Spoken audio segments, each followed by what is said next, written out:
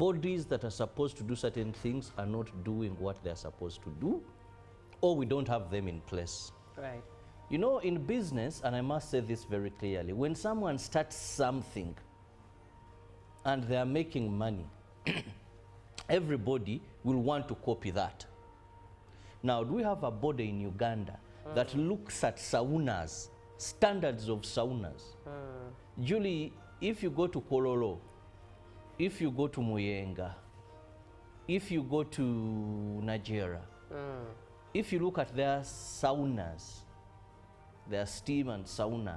Now, if you go to Machindye, if you go to Zana, if you go to Katwe, you know, saunas are complicated in building and construction. Right. But what happens in Uganda here, because we do not look at standards, we do not have these bodies that monitor. For example, Buziga Country Resort, that place has been there for a very long time. The sauna has been there for a very long time. How often do people service or repair, you know? You go to a place and someone tells you, find me here, we can meet, I'm having, but you see there's where I can have some tea, you know, I'll be doing some, come and we meet. Then, like, but you know, well, go to the sauna now. When you look at what is happening there, right, the condition it is in, it is a time bomb.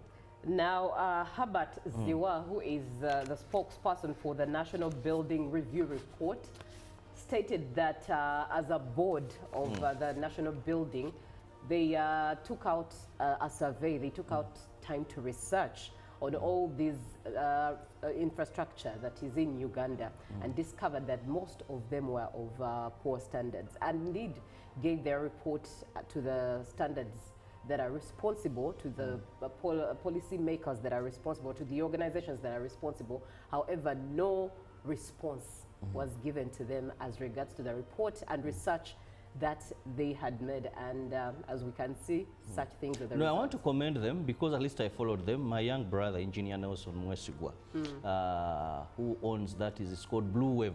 He has a company that deals in swimming pools, saunas, and all that. He's one of the people that were conducted by that board to carry out this research. Right. And they did carry that research. They spent their money, they spent their time, they made a report. Yes, that's why I said we don't have a body or the body responsible, and they made their recommendations. Right. And some of the things were very simple. You know, for example, those that go for steam. A steam is not supposed to have a flat roof. Supposed to be like in a curved form. Some people have gotten body injuries because of the water that falls on their skin. Yes. Now, there were even the simplest recommendations. That's why I said saunas and steam baths are things that are a death trap, and they shouldn't be at every happening place. Today, anyone who sets up an happening place, because he knows saunas make money, he will construct something no matter how wrong the entire construction has been, because they know, start an entertainment place, start a bar, put a sauna, put steam bath. Right. Oh, the nonsense that happens in some places, the men will flock in like nothing. And some women will come there because they will be making money. Right. And we forget about standards and the dangers. And this is not the first time. Remember in Intinda? Yes. There's a sauna that also had that in Intinda. Now we've had in Buziga. Yeah. So I think this is a wake-up call for government to be more responsible, have a monitoring team that looks at this, look at that report. And please, if it's closing some to save lives, let's do that. It's very necessary to close some for the purpose of saving lives. And for now, business is definitely going to hold for many. But on that note, let's have a look at what we have on the local scene. We begin with His Excellency Yoweri Kaguta Museveni, who is optimistic that Uganda will achieve its economic dream of 100% money economy if the trend continues the way it is. Museveni, who said households under the money economy now stand at 67%, emphasizing commercial agriculture as the main driver among other sectors. The president was opening the first meeting of the 4th National Conference of the ruling National Resistance Movement at Kolo ceremonial grounds, with the fight against poverty and corruption being key in his address.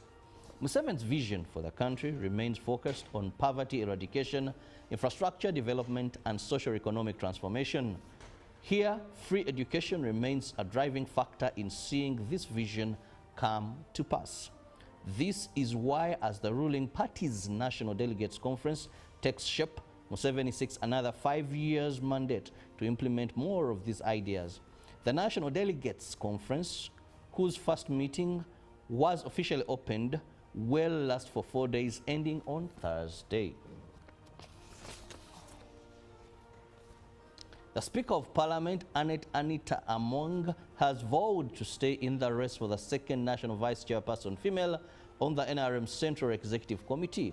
While meeting with the body of the speakers at local government, Speaker Among rejected any calls of sacrificing the position.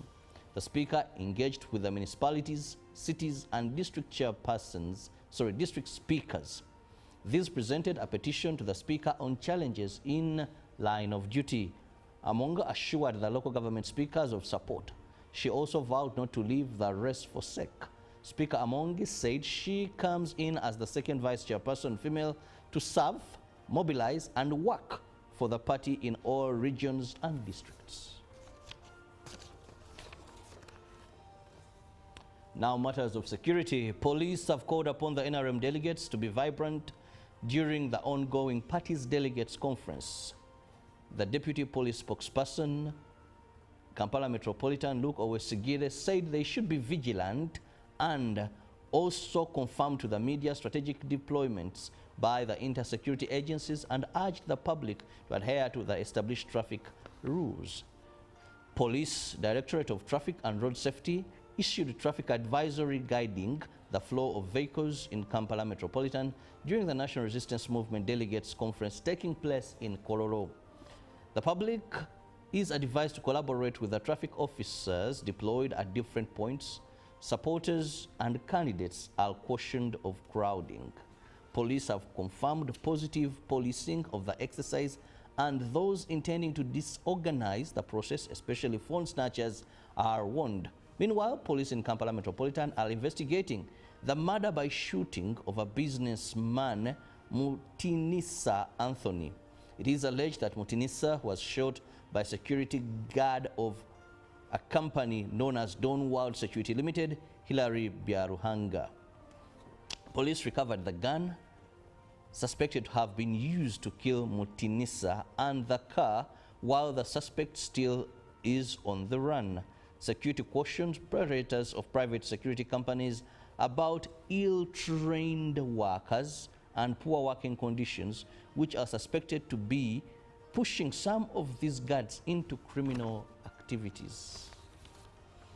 And finally, from the local scene, Butabika Hospital is overwhelmed, caring for over 1,300 patients, more than double of its official number of 520 bed capacity.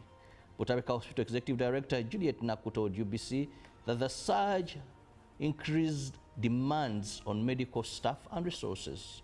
The hospital's executive director told the Health Service Commission that the hospital needs government support of shillings amounting to 2.4 billion to recruit additional health care workers, including highly specialized doctors, to address staffing shortages.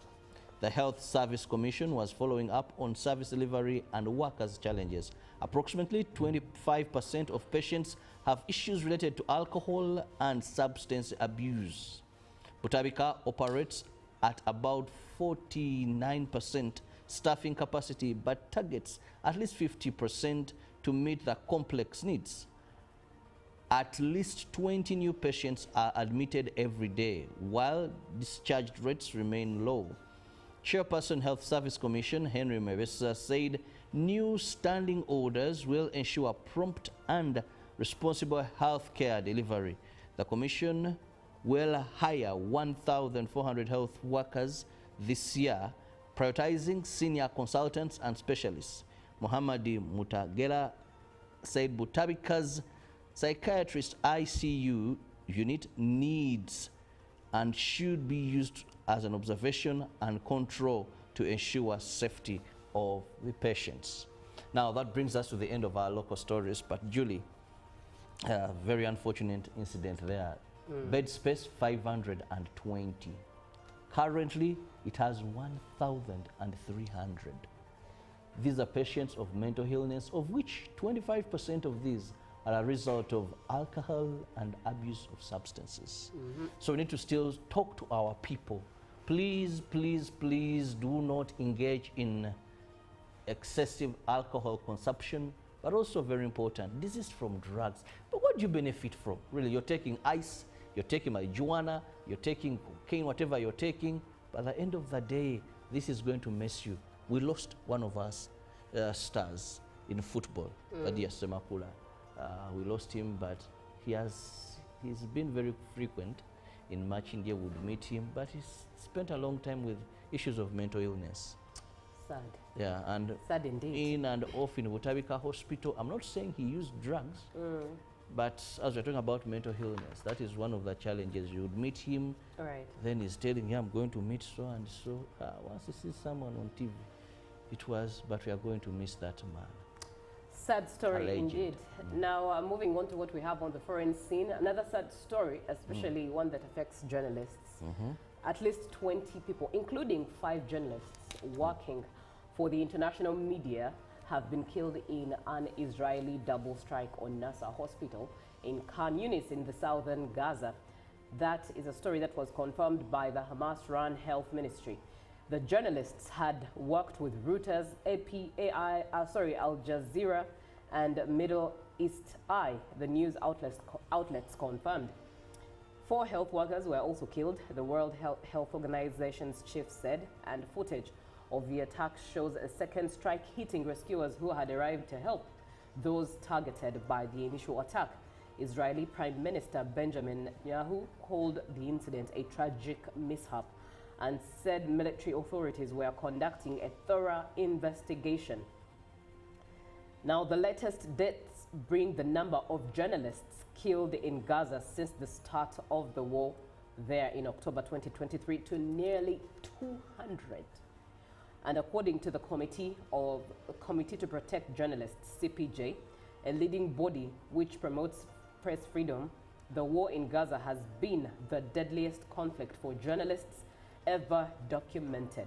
It says more press members have been killed there in the past 2 years than were killed worldwide in the prior 3 years. International journalists have been banned by Israel from entering the Gaza Strip independently since the start of the war. Moving on, a victim of child sex abuse has begged Elon Musk to stop links offering images of her abuse being posted on his social media platform X. Hearing that my abuse and the abuse of so many others is still being circulated and commodified here is infuriating, says Zora, not her real name, who lives in the United States and was first abused more than 20 years ago. Every time someone sells or shares child abuse material, they directly fuel the original horrific abuse. X says that it has zero tolerance for child sex abuse material, and tackling those who exploit children remains a top priority.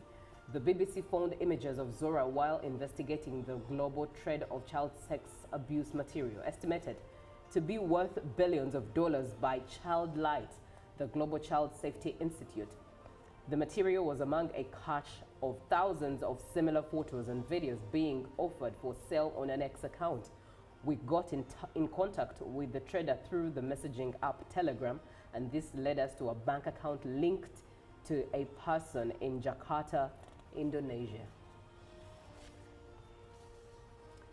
Now, coming to the continent, a federal judge temporarily blocked the U.S. government from deporting Kilma Abrego Garcia to another country after immigration officers took him into custody at a check-in this morning.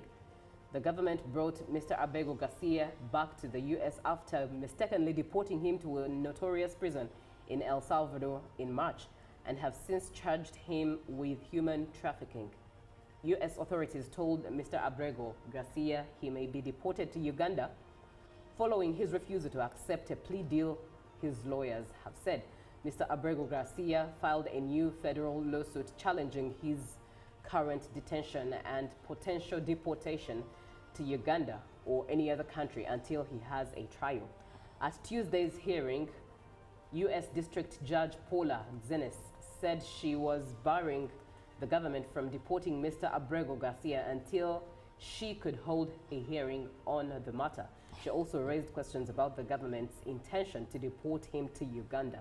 She said the U.S. failed to demonstrate that Mr. Abrego Garcia would not face harm if deported to Uganda.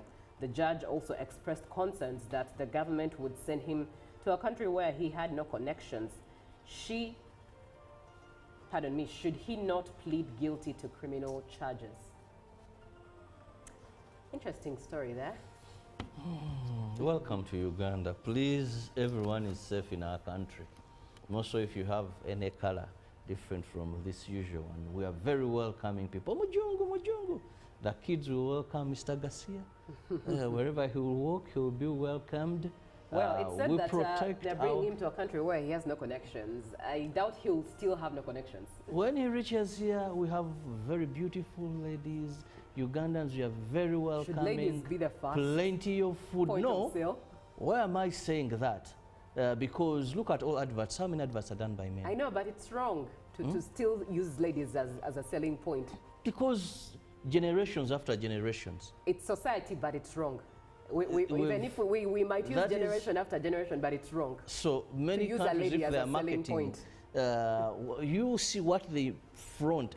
Anyways. So there is so much. Uganda is a peaceful country. I love the jolly people. So no worry of saying you need to come to a country with connections. Here we know everybody and everybody knows us.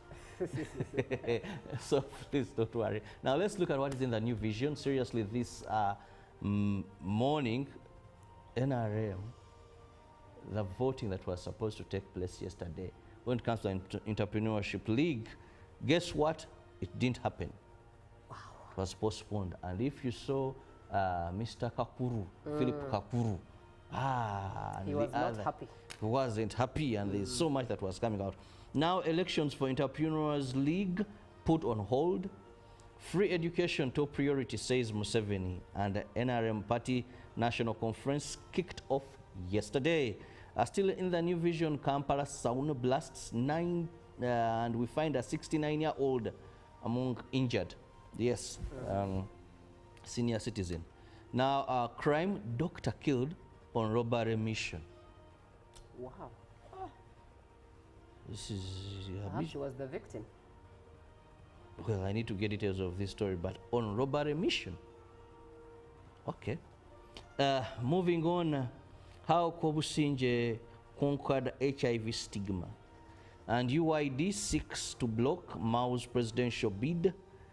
2 convicted for stealing 50 million from shrine. Hey, Judy. Now the battle for TV as soccer returns. Stealing from shrine.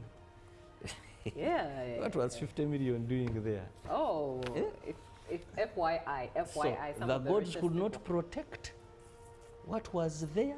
So some of the richest people we see walking around are those people who actually run shrines. Anyways, looking at what we have in the rest of East Africa, let's look at what we have in the Citizen in Tanzania. How counterfeiting threatens economy, health, and security. That is the headline in the Citizen. And how Vodacom integrates ESG to drive inclusion and sustainability, as well as major winners as shilling rallies against US dollar. Also, former lawmakers speak out after being axed by CCM. Now, going straight to the Daily Nation, 10 billion shilling fraud plot exposes SHA wars. That's the headline there. And His Highness the Aga Khan lands in Nairobi for a 3-day visit. Also in the Daily Nation, looking at matters health, good news for 7414 striking UHC medics. And there below is a story. Kenyans on taxes debt All of that in the Daily Nation, bringing us to the end of what we have in the dailies today. Time for us to take a short break as you enjoy some music from Sissy Winans. Now, Sissy Winans will be in Uganda on Thursday, this week, 28th. She'll be performing at Lugogo Cricket Oval. Tickets are 50,000 ordinary, 150,000 Uganda shillings VIP, and 250,000 Uganda shillings VVIP. Go enjoy yourself some great worship. Sorry? Where I usually sit. VIP, VVIP. VV. Yeah, that's the safest place. But anyways, altogether it's a worship experience, one that is beautiful by the legendary Sissy Winans. She'll be performing on Thursday. It gets open at 12 p.m. For now, enjoy some of her music. This particular song is from the tour that she's having, a world tour, the More Than This tour. And right now she's on the Africa tour. She is right now traveling from South Africa, going to Zimbabwe, and next will be Uganda. That's My King is the name of the song. Enjoy. Live, you listen to music in Kampala. This is Good Morning Uganda.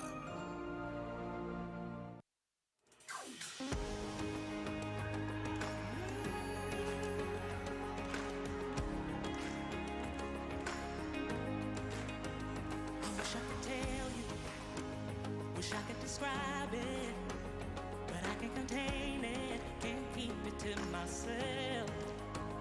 There are enough colors to paint the whole picture, not enough words to ever say what I found. Wonderful and beautiful. First meeting of the 4th National Conference of the ruling National Resistance Movement at Koro ceremonial grounds, with the fight against poverty and corruption being key in his address. Museveni's vision for the country remains focused on poverty eradication, infrastructure development, and socio-economic transformation. Here, free education remains a driving factor in seeing this vision come to pass. This is why, as the ruling party's National Delegates Conference takes shape, Museveni seeks another 5 years mandate to implement more of these ideas. The National Delegates Conference, whose first meeting was officially opened, will last for 4 days, ending on Thursday. The Speaker of Parliament, Anita Among, has vowed to stay in the race for the second National Vice Chairperson female on the NRM Central Executive Committee. While meeting with the body of the speakers at local government, Speaker Amongi rejected any calls of sacrificing the position. The Speaker engaged with the municipalities, cities, and district speakers. These presented a petition to the Speaker on challenges in line of duty. Amonga assured the local government speakers of support. She also vowed not to leave the race for sake. Speaker Amongi said she comes in as the second vice chairperson female to serve, mobilize, and work for the party in all regions and districts. Now, matters of security. Police have called upon the NRM delegates to be vibrant during the ongoing party's delegates conference. The deputy police spokesperson, Kampala Metropolitan Luke Owesigire, said they should be vigilant and also confirmed to the media strategic deployments by the inter-security agencies and urged the public to adhere to the established traffic rules. Police Directorate of Traffic and Road Safety issued traffic advisory guiding the flow of vehicles in Kampala Metropolitan during the National Resistance Movement Delegates Conference taking place in Kololo. The public is advised to collaborate with the traffic officers deployed at different points. Supporters and candidates are cautioned of crowding. Police have confirmed positive policing of the exercise, and those intending to disorganize the process, especially phone snatchers, are warned. Meanwhile, police in Kampala Metropolitan are investigating the murder by shooting of a businessman, Mutinisa Anthony. It is alleged that Mutinisa was shot by security guard of a company known as Dawn World Security Limited, Hilary Byaruhanga. Police recovered the gun suspected to have been used to kill Mutinisa and the car, while the suspect still is on the run. Security cautions operators of private security companies about ill-trained workers and poor working conditions, which are suspected to be pushing some of these guards into criminal activities. And finally, from the local scene, Butabika Hospital is overwhelmed, caring for over 1,300 patients, more than double of its official number of 520 bed capacity. Butabika Hospital Executive Director Juliet Naku told UBC that the surge increased demands on medical staff and resources. The hospital's Executive Director told the Health Service Commission that the hospital needs government support of shillings amounting to 2.4 billion to recruit additional health care workers, including highly specialized doctors, to address staffing shortages. The Health Service Commission was following up on service delivery and workers' challenges. Approximately 25% of patients have issues related to alcohol and substance abuse. Butabika operates at about 49% staffing capacity, but targets at least 50% to meet the complex needs. At least 20 new patients are admitted every day, while discharge rates remain low. Chairperson Health Service Commission Henry Mevesa said new standing orders will ensure prompt and responsible health care delivery. The Commission will hire 1,400 health workers this year, prioritizing senior consultants and specialists. Muhammadi Mutagela said Butabika's psychiatrist ICU unit needs and should be used as an observation and control to ensure safety of the patients. Now that brings us to the end of our local stories, but Julie, very unfortunate incident there. Bed space 520. Currently, it has 1,300. These are patients of mental illness, of which 25% of these prizes worth millions. My friend Baka was found to be positive for Mpox at his old age. He needs our prayers. By the way, Timo, did you know that Mpox-related deaths occur among people with underlying conditions like HIV/AIDS, diabetes, malnutrition, and other old age-related illnesses? Of late, I've not been following Mpox issues. I thought it wasn't that serious. So, are you saying that as long as one has any underlying condition and feels unwell, just run to the hospital? Yes, you do not have to wait. If you have any of the signs and symptoms like a body rash, a fever, headache, and body weakness, visit your nearest health facility immediately. We do not have to take any chances, my brother. We need to immediately inform our peers in the club to be careful. You see, with Mpox, the magic is in getting treatment early. Those who have suffered severe disease, they wasted a lot of time either treating themselves or ignoring the disease. Save your life. Seek treatment early. Only from professional health workers whenever you feel unwell. For more information About Mpox, call a Ministry of Health toll-free line on 0800 1066 or send a free SMS to YouReport on 8500. This message is brought to you by the Ministry of Health Uganda with support from UNICEF, WHO, and its partners. Every Wednesday, live in our studios in the heart of Kampala. We have to change the politics. And not every fact is truth. The argument that the General Court Martial is responsible for peace and stability is without basis, either in law or in fact. We are being told how Napoleon was a great orator. Now, Napoleon cannot help me get food. They told me combine harvesters in Saskatchewan. I don't know where Saskatchewan is. This is a geographer we're taught. Instead of teaching me how to preserve Mabera forest, they're teaching me about Rhineland. This is a problem we got. We cannot run away from it. Right now, you hear very disgusting stories of members of parliament. Instead of discussing the cuts. Every Wednesday, 10 p.m. on your public broadcaster.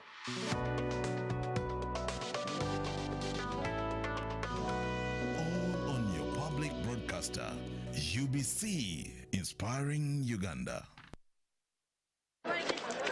Juko. Yo. What you go? Check the shopping, man. What's your secret? Haven't you heard of the parish development model PDM? Yes, I did, but I thought it was just a talk. No, Sebatia. It is real. I and a few friends together formed a circle, accessed money from the PDM, invested in a poultry project, and now things are moving. Joko, I thought I was one of your friends. You are. But you left me behind. I didn't leave you in poverty. What you do, just visit your LC2 chairperson and your parish chief and start the process of economic transformation. Just like that. The parish development model is an initiative from the government of Uganda through the Ministry of Local Government designed to transform all lives of Ugandans for the better. PDM, my parish, my development, my life. Hello, Kampala, Uganda. In response to the national call of strengthening the traffic security, Good Products Group HGO brand has officially launched the Rider Selection Campaign. Registration is now open. Visit www.rider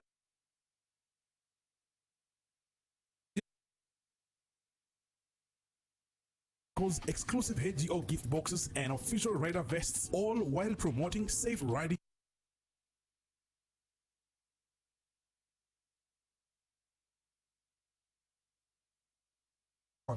Begin your journey of honor today. Don't miss this opportunity. Join the challenge, promote road safety, and become a pioneer rider. For details, visit the official Good Products website at www.hgo.com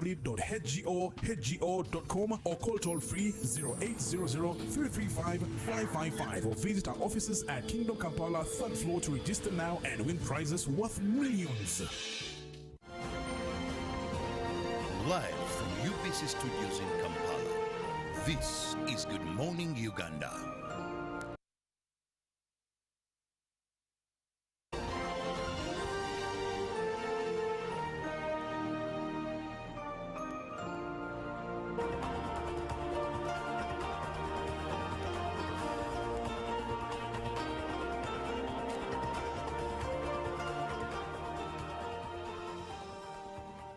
Good morning. Thank you so much for watching UBC TV. If you started the show with us, thank you so much for being on the show. And if you are just joining in, you're welcome. This is Good Morning Uganda.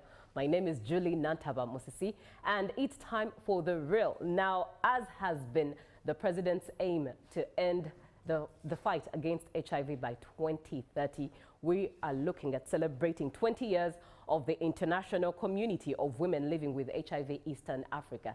And to do that with us and have that conversation with us are two amazing ladies, Immaculate Omdsha, who is the board member at the ICWEA, as well as Azizuyo Brenda Fassi, who is the programs officer at the ICWEA. I'm going to ask them to allow us the opportunity of knowing them a little bit, and then we delve deep into the conversation. Be a part of the conversation, 0709 602 592. Starting off from my immediate left. Good morning, Immaculate. Good morning, Julie. Thank you so much for coming through. Thank you for hosting us. In just a second or less, I don't know if less than a second exists, but who is Immaculate? Immaculate is Omdsha by the second name. I'm the executive director at Center for Women Justice Uganda, and I represent ICW on the board as a treasurer to the board, and I'm a lawyer by profession and a very passionate advocate on HIV, gender and health. Right, pleasure knowing you. Pleasure. Brenda Fassi, I guess I'm so taken up by your name, Brenda Fassi, but Azizuyo Brenda Fassi. Just tell us a little bit about yourself. Yeah, thank you very much. My name is Azizuyo Brenda Fassi, and I work at International Community of Women Living with HIV Eastern Africa as a programs officer.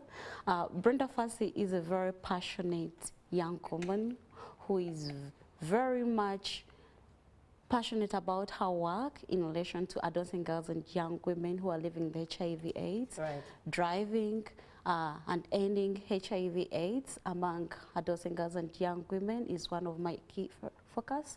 And I represent and take out the voices of young women, the community, to the global level to make sure that they are at the center of every stage of implementation and evaluation Yeah, beautiful, beautiful.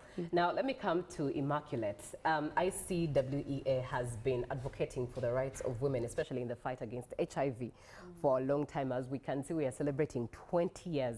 What are some of those achievements you can share over the last 20 years? Yes, so thank you. I will start by congratulating International Community of Women Living with HIV for making such a milestone of building resilience, leadership, sisterhood of women living with HIV across the region. We are international because we are coordinating women living with HIV in Rwanda, Burundi, Tanzania, and Kenya. So it's a regional network. And over years, it has been a journey of looking at women at the grassroots, living with HIV, building them by empowering them to advocate for their rights, stand for what is just. And if you know the history, the 20 years ago of women living with HIV were years of full of stigma, full of discrimination, full of abuses, full of families breaking down because of HIV. And ICW, which is International Community of Women Living with HIV, came in to bridge that gap of empowering women to stand up for their rights, engaging leaders, that is the health, government, Ministry of Health, religious leaders, cultural leaders, and even our local leaders and our families, family heads, to ensure that they provide an enabling environment, a supportive environment that makes a woman thrive, that makes a woman not fear to give birth of a baby living with HIV. By then, we were having so many children being born with HIV. But ICW came in and said, no, we need medicine that women can be put on treatment, adhere, and prevent their children from getting HIV. And that we must say, as of now, as we celebrate, we are reaching that milestone of eliminating mother-to-child transmission. And it's because they are community-led initiatives, which ICWEA leads, on mobilizing women to stand up and say, yes, we are the holders. We are the center of ending the prevalence of HIV in the country and in the region. And also we have the tools and the powers to have safe and enabling homes. So that is one of the achievements, ensuring that women don't pass on HIV to their children, ensuring that women are thriving, regardless of your HIV status, you're not pushed back home, but importantly, being at the center of where policies are made, influencing policies. As a country now, we have policies that support enabling environment, ensuring that there's no stigma and discrimination. And ICW, international community, is at those tables where policies are made, not only global or regional, but also at the country level. And once we have policies that are supported, this health facility is not scared, will pick her pills and go home and know there is a husband or a man or a partner who is going to support her to take her treatment, then this woman will thrive. The woman will be able to stand up and say, now I can feed my family. I can go and work without being scared that someone is going to see me taking my pills. I can go to the health facility and have my child get that dose that she needs without being scared that I'm going to pass on the HIV. I breastfeed my baby. Previously, we never used to breastfeed. But now women living with HIV breastfeed like any other ordinary woman. It's because they were shoulders of leaders that really stood so strong to ensure that women get this environment, and that is ICW Eastern Africa. Ah, wow, beautiful. Yeah. I'll come to you, Brenda Fassi. How far do you think these achievements have added value to the overall fight against HIV in Uganda? Yeah, first of all, I would like to acknowledge and really appreciate the journey I've walked with ICWEA. Yeah, so as ICWEA, we started way back as an individual. From the individual, we kept on growing since 2003, and we grew up as a big family and would report to the ICW Global. And this individual that came in is Lillian Moreko, who applied when the applicants were requested for, and she went through. So, and me, I come in as a person who has achieved, who is one of the mentored young person from HIV and relating to the sexual reproductive health and rights of women, relating to how women are engaged, how women are empowered, how women are being involved, how women are put at the forefront. So to me, it is a wow, and that would have been really not possible if I started as a volunteer. But first of all, I was identified in one of the districts, that is in Arua district, as a research assistant. That is how I started my journey with ICWEA in 2014. And I later on volunteered in 2016. So the progress and the journey to me is a great development, and I feel really empowered to be part of ICWEA and walking the journey through it.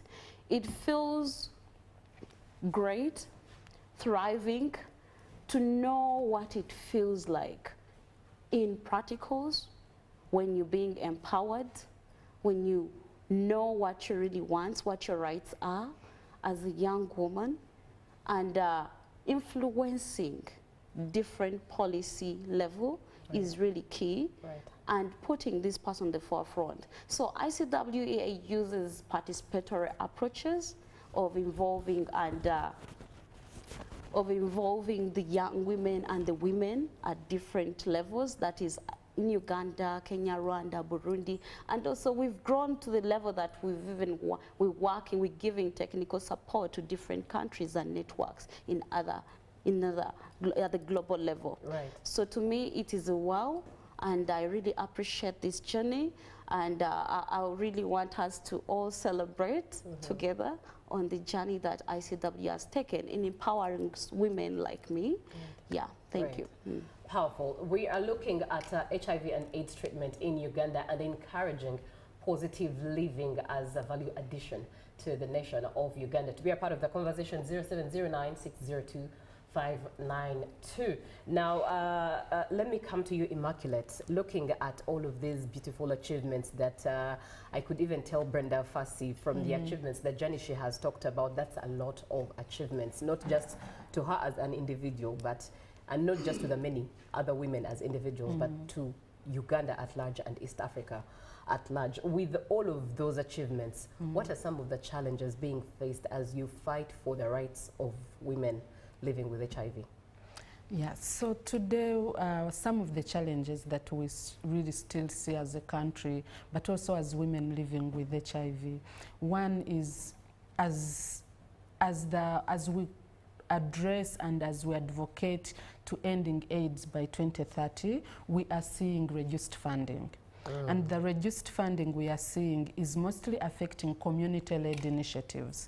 And the community-led initiatives is the work that ICWEA is leading on, that there is no funding right now, or the funding has reduced, that goes direct to the communities, to the networks of women living with HIV. We would love to see women in Karamoja, for example, women in Rwachtura, women in the eastern region, mobilizing and being supported to go to the districts and hold their districts accountable, but also to go to the facilities and tell the health workers, we do not see this treatment available, that is tracking drug stockouts. Because it is when communities speak, then the government listens, and then the government is able to enforce or implement. But right now there is no support for that kind of work, where communities mobilize and go and hold our leaders accountable, but also contribute to ensuring that the health system is enabling for women living with HIV. The second one, beyond finances, as a country we still have laws that criminalize people living with HIV. And for me, from the women perspective, being that my work is really advancing the rights of women, we see that these laws, for example, the HIV Prevention and Control Act, we still see the sexual offences laws. We see even in our Penal Code Act, we still have laws where HIV is considered as an aggravating factor for transmission. And this is because that we still look at HIV as a country as an issue of immorality. And we know that the majority of people living with HIV, or where the HIV burden is in women and girls.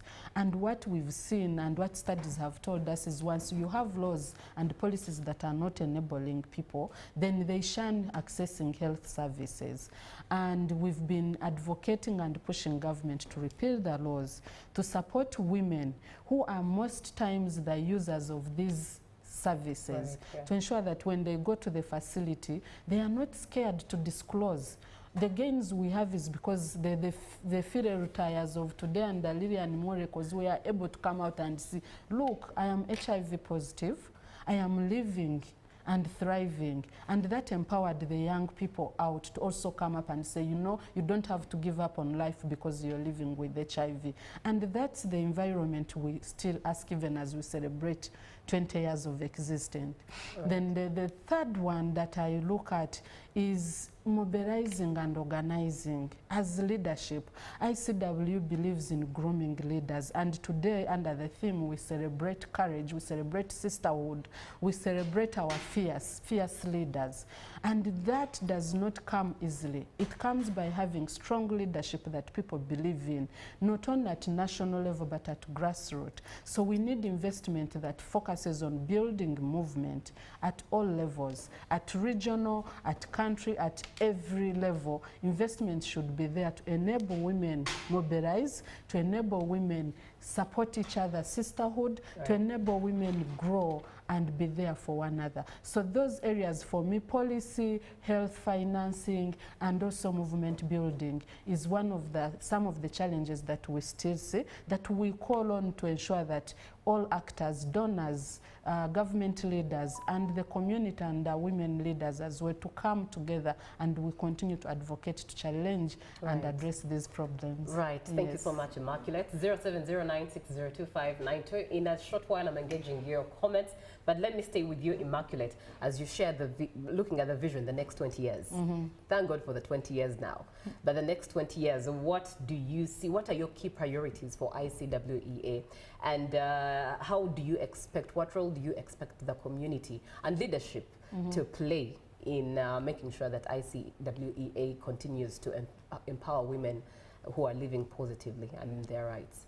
Yes, so our vision, we dream and we continue to dream. Right. But one of our biggest dream and hope is investing in community-led initiative, investing in women.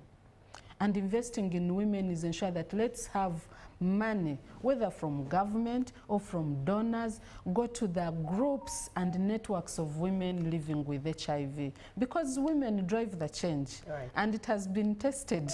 And that's why we've seen where women lead, they thrive.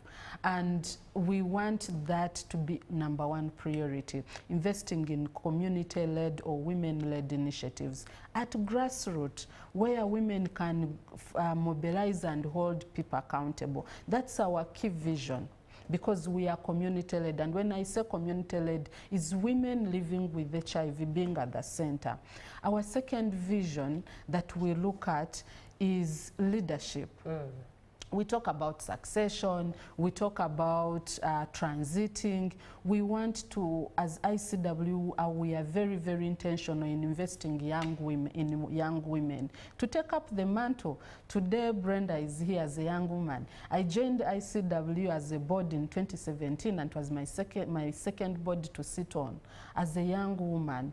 And the exposure and the experience that that gives you does not leave you the same. And that's the investment that ICW is looking into in a vision. How do we groom leaders that advocate beyond where we are today?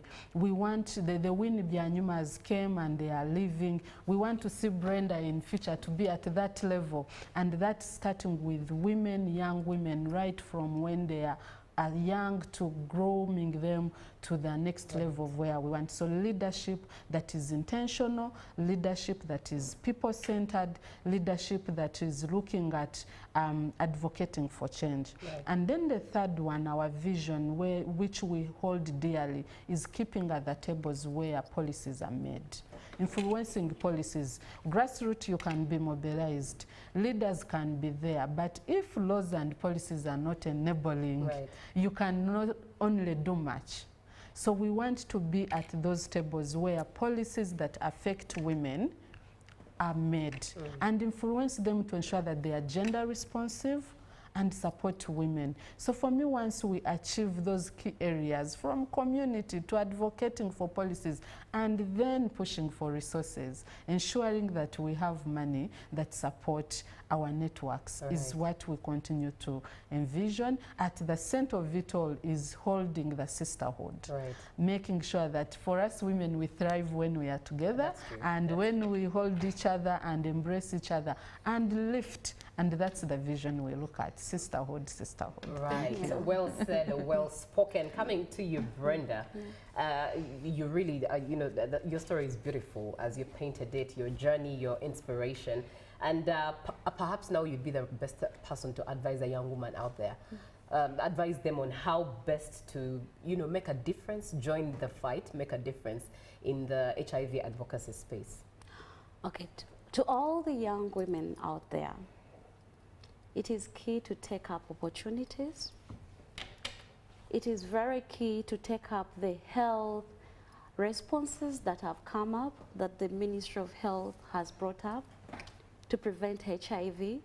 That is the ones that we have. These were not there earlier on. It is important that you adhere to your treatment, that is art. It is also important that you take up opportunities that come your way.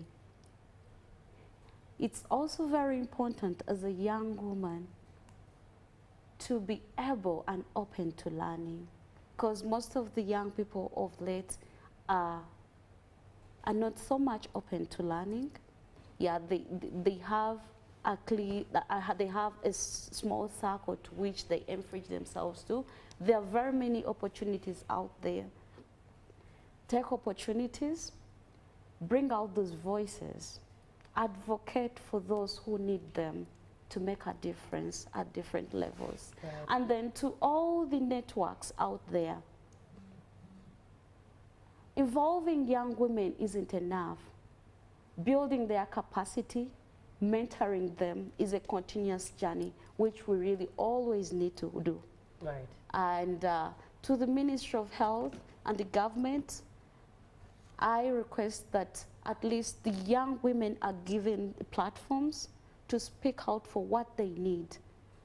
Let the women living with HIV speak for what they want. There's nothing for us without us. So putting the women at the forefront doesn't mean you just putting them there to sit on the tables, but it means you are giving them the line to bring out the voices of those who are affected or those who need the services and the rights to be fulfilled. Profound. Yeah. Well said. Now let me engage some of your comments, and I believe there will be Immaculate and Brenda will be speaking into some of this.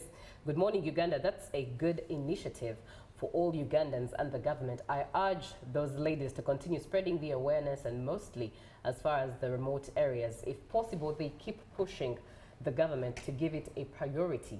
Thank you very much. This is Edson from Entebbe. Thank you, Edson, for coming through.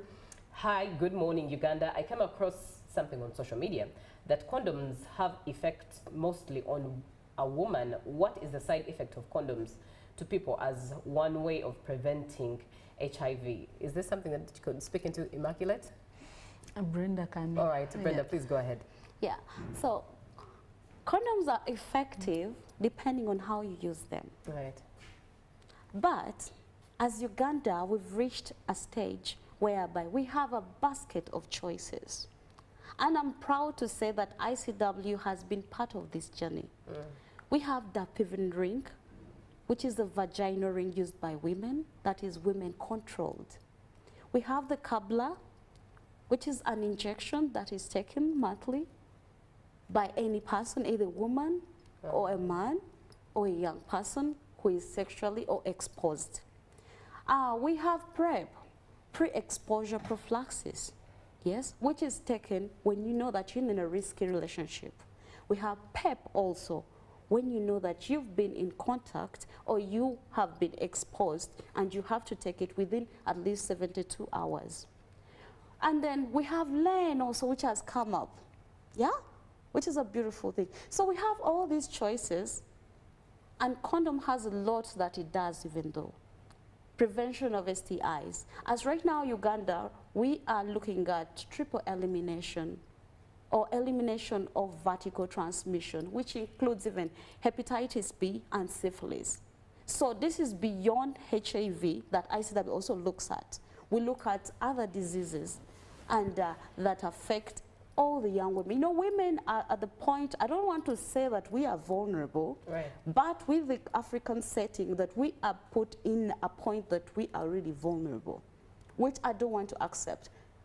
Yes, though it's there. So as long as this woman is being informed of the health services and how to access these different health services, or any, use it right, follow the instructions, adhere, then we'll be safe. Right. Those who are also on treatment, we have U equals to U, yeah? Undetectable is equals to untransmittable. This is where a person's viral load is suppressed or undetectable.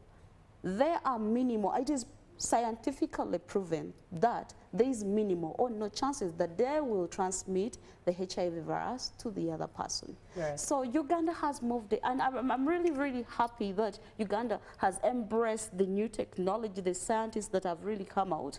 And it is very important for us all to really embrace them. And these are at a free cost in different health facilities of the government. Thank you. Yeah.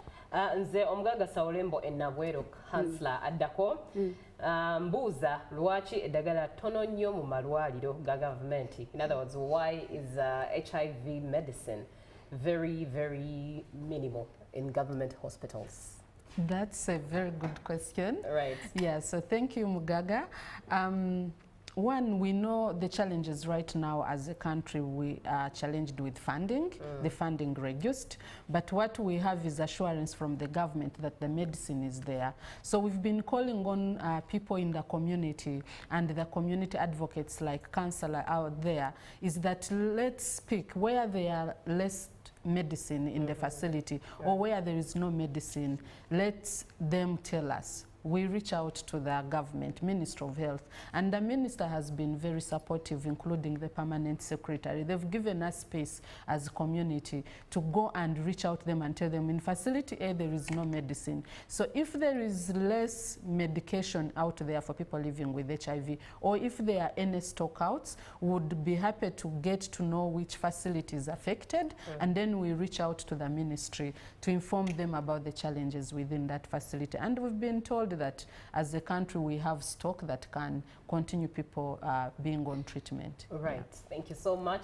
Now let's bring this conversation to a close. Thank you so much, ladies, for coming through, and thank you for coming through and being a part of the show. Someone here says that HIV has been in Uganda for 25 years, but treatment has not been available. But other diseases like Hep B, COVID, the science behind it. I don't know if this is a conspiracy question.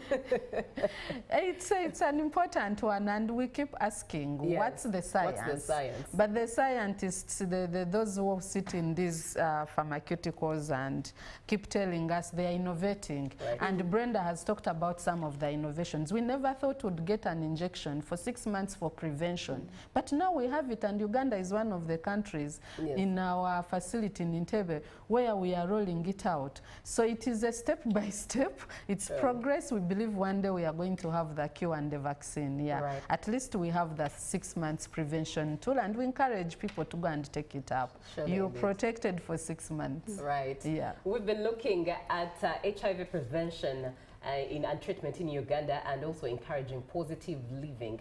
And in studio with us, as we have been celebrating at the same time 20 years of the International Community of Women Living with HIV Eastern Africa, Immaculate Omsha, who is the board member of the ICWEA, and Azizuyo Brenda Fassi, who is the programs officer at ICWEA. Thank you very much, ladies, for speaking with us. It's been such a beautiful conversation.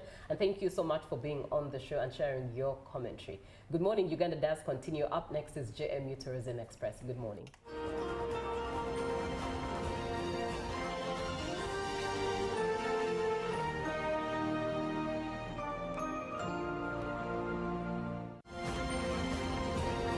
Live from UBC Studios in Kampala, this is Good Morning Uganda.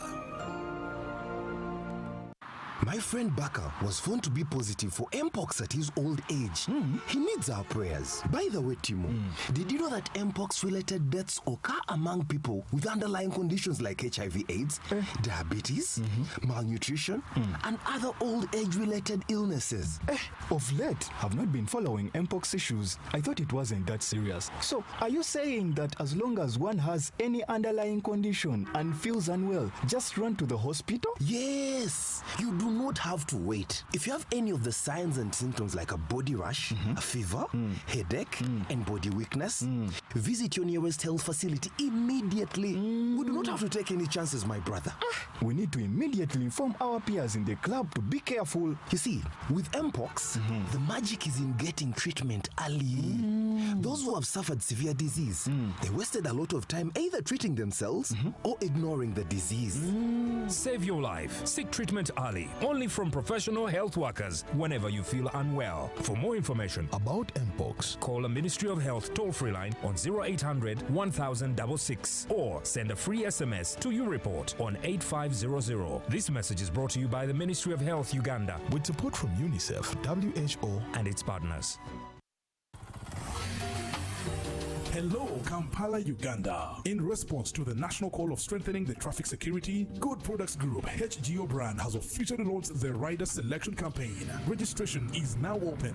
Visit www.riders.hgo.com. Complete your registration now for a chance to win exciting prizes including motorcycles, exclusive HGO gift boxes, and official rider vests, all while promoting safe riding awareness. This is how to participate. Pay the registration fee, invite 3 friends to form a team of 4, and your registration fee will instantly be refunded. Begin your journey of honor today. Don't miss this opportunity. Join the challenge, promote road safety, and become a pioneer rider. For details, visit the official Good Products website at www.hgo.com or call toll-free 0800-335-555 or visit our offices at Kingdom Kampala 3rd floor to register now and win prizes worth millions. This August, East Africa becomes the center of African football. CHAN 2024 is here, and it's bigger than ever. 3 proud nations, Kenya, Tanzania, and Uganda, united by football, passion, and power. From the first whistle to the final roar, 35 thrilling matches, live, only on UBC TV and radio stations. Wherever you are in Uganda, from the city to the village, UBC brings CHAN 2024 to your screen and your radio. August 2nd to August 30th, it's football like never before. One tournament 2024, live on UBC. Feel the game, live the glory.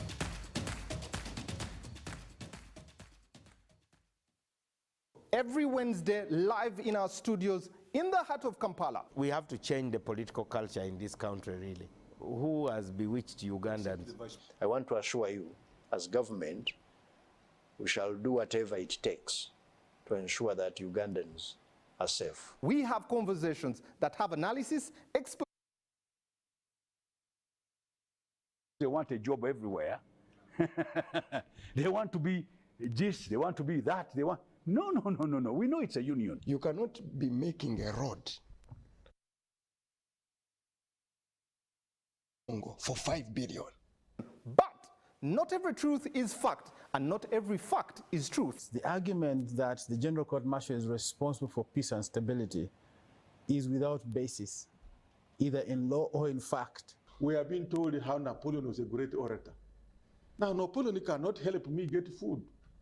They told me combine harvesters in Saskatchewan. I don't know where Saskatchewan is. This is a geography we're taught. Instead of teaching me how to preserve Mabera forest, they're teaching me about Rhineland. This is a problem we got. We cannot run away from it. Right now, you hear very disgusting stories of members of parliament. Instead of discussing the details of loans, they ask for their cuts. Every Wednesday, 10 p.m. on your public broadcaster.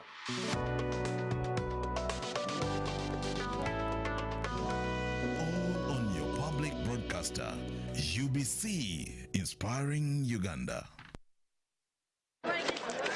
Juko. Yo. What you check the shopping, man. What's your secret? Haven't you heard of the parish development model, PDM? Yes, I did, but I thought it was just a talk. No, Sebatia. It is real. I and a few friends together formed a circle, accessed money from the PDM, invested in a portrait project, and now things are moving. Juko. I thought I was one of your friends. You are. But you left me behind. I didn't leave you in poverty. What you do, just visit your LC2 chairperson and your parish chief and start the process of economic transformation. Just like that. The parish development model is government designed to transform all lives of Ugandans for the better. PDM, my parish, my development, my life. Live from UBC Studios in Kampala, this is Good Morning Uganda.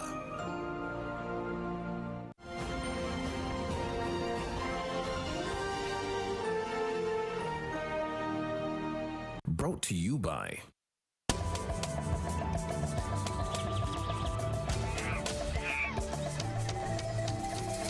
Uniquely Ours. Explore Uganda. And I'm also not very good at protocol. I'm not a politician. I'm just a businessman, that's really. So, Honorable, you might forgive me, I might not be very good at identifying, but thank you so much, Honorable Minister of ICT, for making sure that actually this happens. I want to thank you, RDC and General, Brigadier General. You know, I called you, you're in deep Congo, and you picked my phone immediately. I had a small concern, and you told me, Amos, I'm sorting it out. We didn't even have 2 minutes discussion. You said, Amos, done. That's a very good, very, very good thing. The ED,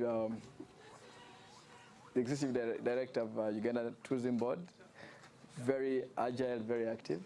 Nice to see you. The ED of NITA, acting. Well, but now you're an ED.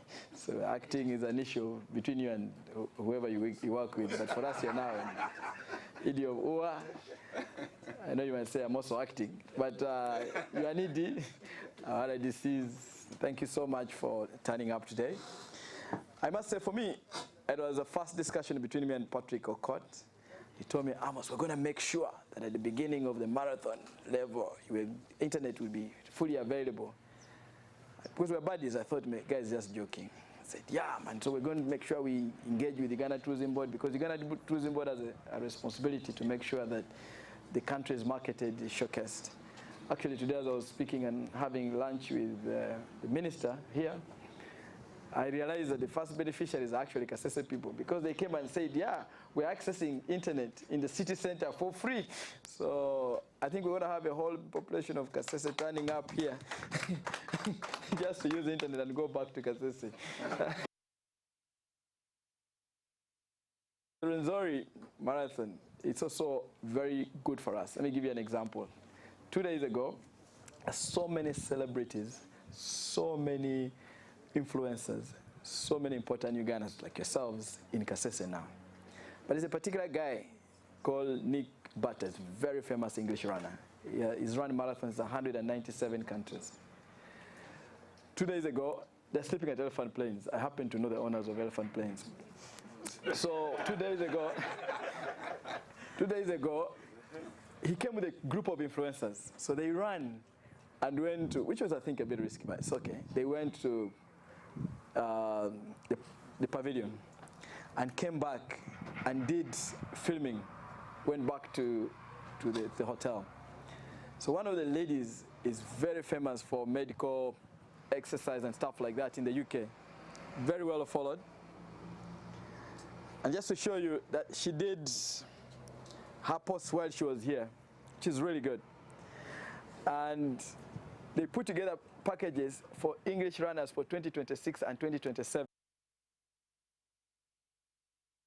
Booked, and they had 200 people on a waiting list. As we speak today, they have 1,000 people on a waiting list for 2026 and 2027 Rwenzori Tascamara. So you've really supported a very good thing. So you can see the results.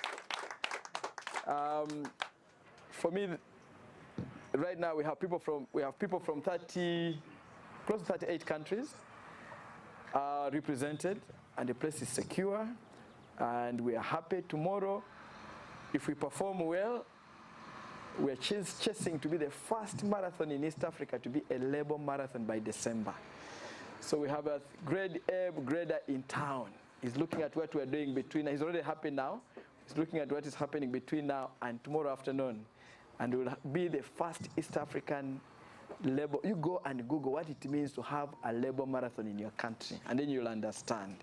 So we want to thank you, security, UTB, NITA, the minister, and everybody for making sure that this happens.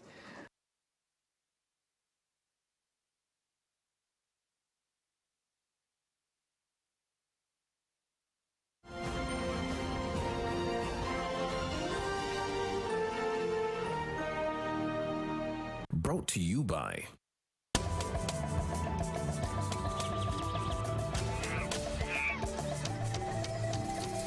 Uniquely Ours.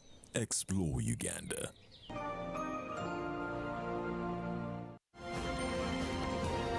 Live from UBC Studios in Kampala, this is Good Morning Uganda.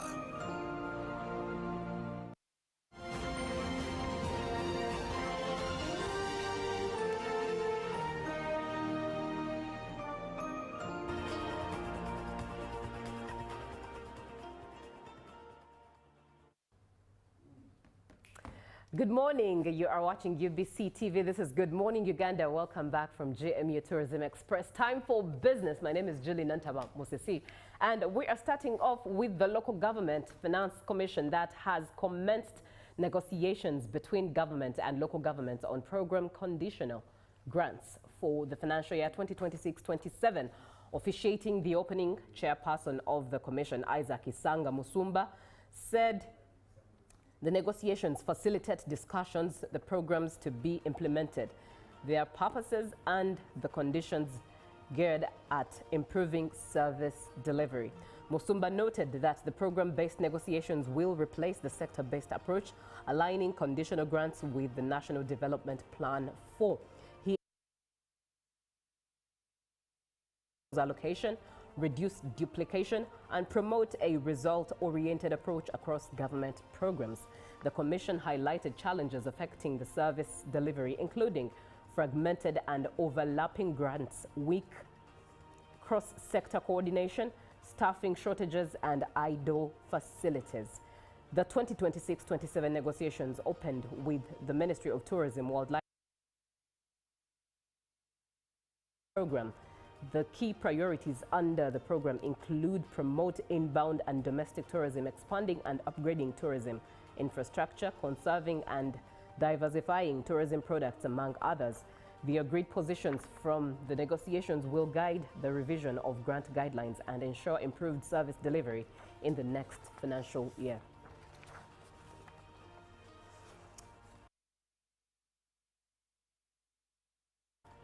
Deputy Executive Patricia Bagay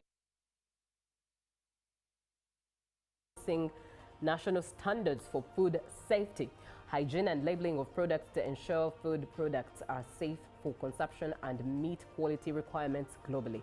She was awarding a quality certificate ISO 22000 certification to Mandela Millers. The UNBS Deputy Executive Director Patricia Bagaine Ejalu toured the company's production premises and machinery used in producing maize flour. Later, the company unveiled the ISO 22000 certificate for food safety. She highlighted that the milling company has exhibited comprehensive control measures throughout its processing cycle to ensure that food safety is monitored from the start to finish. Food safety experts say that this achievement not only boosts a select group of companies meeting the highest international food safety benchmarks. Achieving this certification involved monitoring the entire food processing chain and while avoiding food safety hazards.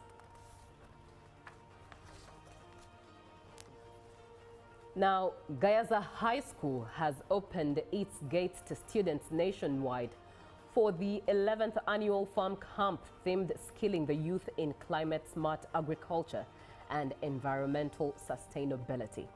The 5-day event brought together students, teachers, and experts to explore innovative farming approaches that address climate challenges and promote environmental protection.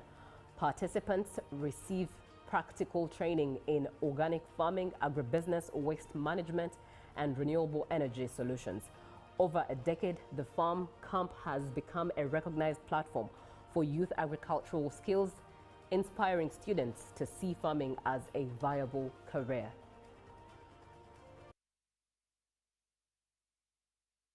What we have in business today, but before we wrap it up, let's have a look at what we have in the forex rates as of yesterday, 25th August 2025. The US dollar opened at 3,557.18 and sold at 3,567.18 and dropped value by midday at 3,556.41 and selling at 3,555.50, selling at 3,565.50. The British pound was buying at 4,803.48 and selling at 4,816.99, and the euro was buying at 4,159.93 and selling at 4,171.63. The Kenyan shilling was at 27.51 and selling at 27.59, and the Tanzanian shilling at 1.42 and selling at 1.43. The South African rand was at 203.57 and selling at 204.14. Well, that's it for what we have in business today. Up next, we are having a conversation with the Deputy IGG, Dr. Patricia Okiria, by District Service Commissions. 0709602592 is the WhatsApp number that you need to save and be a part of the conversation. Good morning, Uganda.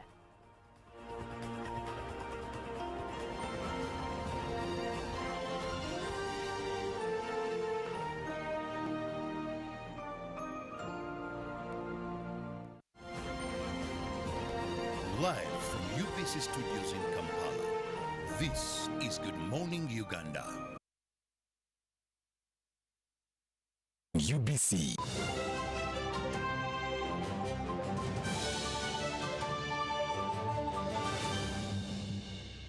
Was brought to you by I'll call you every day, yeah yo, baby dondolo. You can now get all the Chibuzi out with MTN voice bundles. Call all networks, Kubei Dondoro.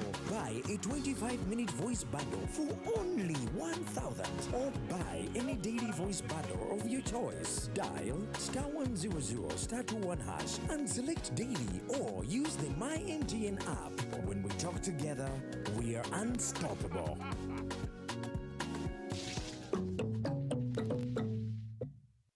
My friend Baka was found to be positive for Mpox at his old age. He needs our prayers. By the way, Timo, did you know that Mpox like HIV/AIDS, diabetes, malnutrition, and other old age-related illnesses? Of late, I've not been following Mpox issues. I thought it wasn't that serious. So, are you saying that as long as one has any underlying condition and feels unwell, just run to the hospital? Yes! You do not not have to wait. If you have any of the signs and symptoms like a body rash, a fever, headache, and body weakness, visit your nearest health facility immediately. We do not have to take any chances, my brother. We need to immediately inform our peers in the club to be careful. You see, with Mpox, the magic is in getting treatment early. Those who have suffered severe disease, they wasted a lot of time either treating themselves or ignoring the disease. Save your life. Seek treatment early. Only from professional health. Mpox. Call a Ministry of Health toll-free line on 0800 1066 or send a free SMS to YouReport on 8500. This message is brought to you by the Ministry of Health Uganda with support from UNICEF, WHO, and its partners. Juko. Yo. What you go? Check the shopping, man. What's your secret? Haven't you heard of the parish development model PDM? Yes, I did, but I thought it was just a talk. No, Sebatia. It is real. I and a few friends together formed a circle, accessed money from the PDM. Joko. I thought I was one of your friends. You are. But you left me behind. I didn't leave you in poverty. What you do, just visit your LC2 chairperson and your parish chief and start the process of economic transformation. Just like that. The parish development model is an initiative from the government of Uganda through the Ministry of Local Government designed to transform all lives of Ugandans for the better. PDM, my parish, my development, my life. Every Wednesday, live in our studios in the heart of Kampala. We have to change the political culture in this country, really. Who has bewitched Ugandans? I want to assure you, as government, we shall do whatever it takes to ensure that Ugandans are safe. We have conversations that have analysis, explanation. This law society, this union of theirs, because they want a job everywhere, they want to be this, they want to be that, they want... No. We know it's a union. You cannot be making a road, bitumen grade 1, in Congo for 5 billion. But not every truth is fact, and not every fact is truth. The argument that the General Court Martial is responsible for peace and stability is without basis, either in law or in fact. We have been told how Napoleon was a great orator. Now, Napoleon cannot help me get food. They told me combine harvesters in Saskatchewan. I don't know where Saskatchewan is. This is a geographer we're taught. Instead of teaching me how to preserve Mabera forest, they're teaching me about Rhineland. This is a problem we got. We cannot run away from it. Right now, you hear very disgusting stories of members of parliament. Instead of discussing the details of loans, they ask for their cuts. Every Wednesday, 10 p.m. on your public broadcaster.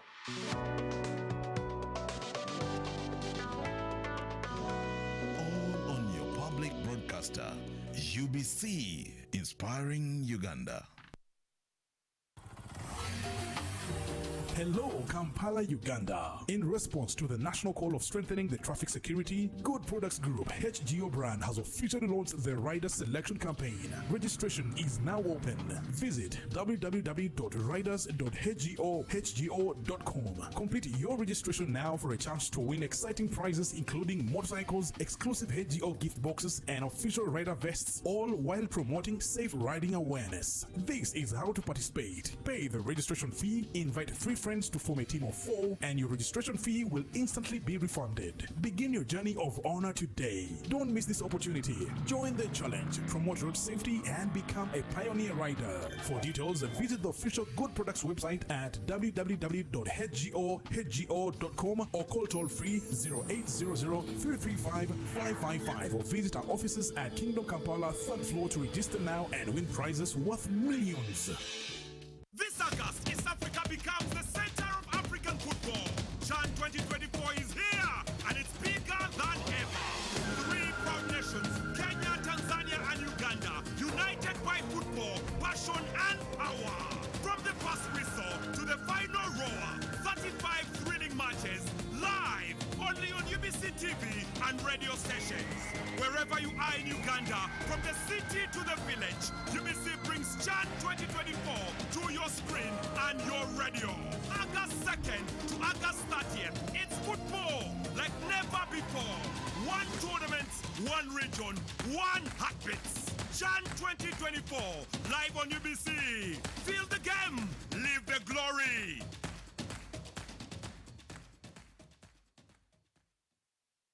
The government's core mandate is to maintain law and order, safeguard citizens' rights, and provide essential public services. Remember, one of the pillars of a roadmap is innovation and entrepreneurship. There has been this question of how are you protecting our indigenous seed? It's going to be a tall project. That answers somebody's question. For the past 20 weeks, the front bench has brought you insightful discussions on governance, security, healthcare, justice, and commerce. Why do you go through this complicated procedure, involve the lawyers?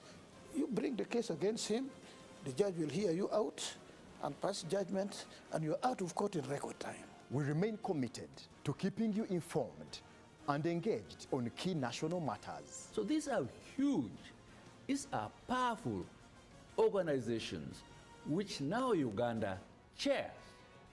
Why don't you come together? If we haven't migrated to the e-card because of various reasons, including that not all the people of Uganda have smartphones. You can sit in your house, apply for a passport. If you have a Ugandan who has a successful logistics firm in the US, it means he can come to Uganda and do a lot more. Now airing every Monday at 8:30 p.m. with me, Jethro Kasaiji, your interface with the government only on your public broadcaster, UBC, Inspiring Uganda.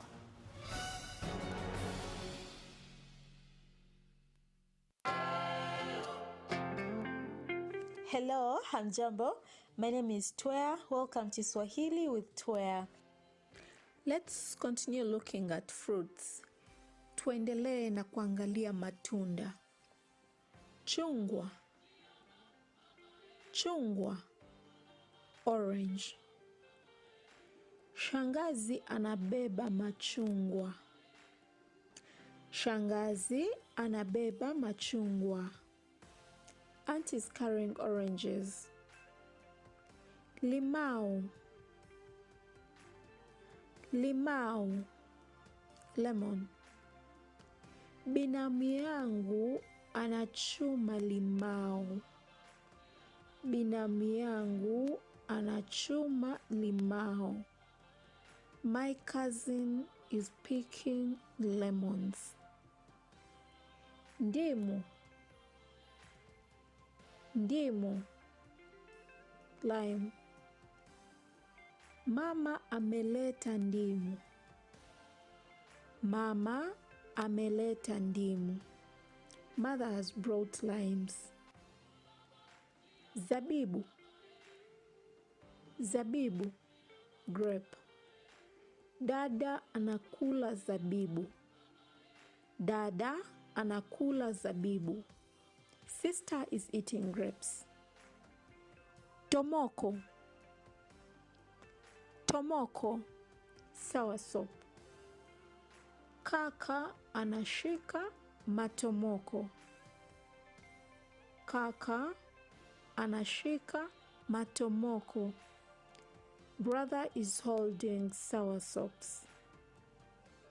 See you again. Tutaonana tena.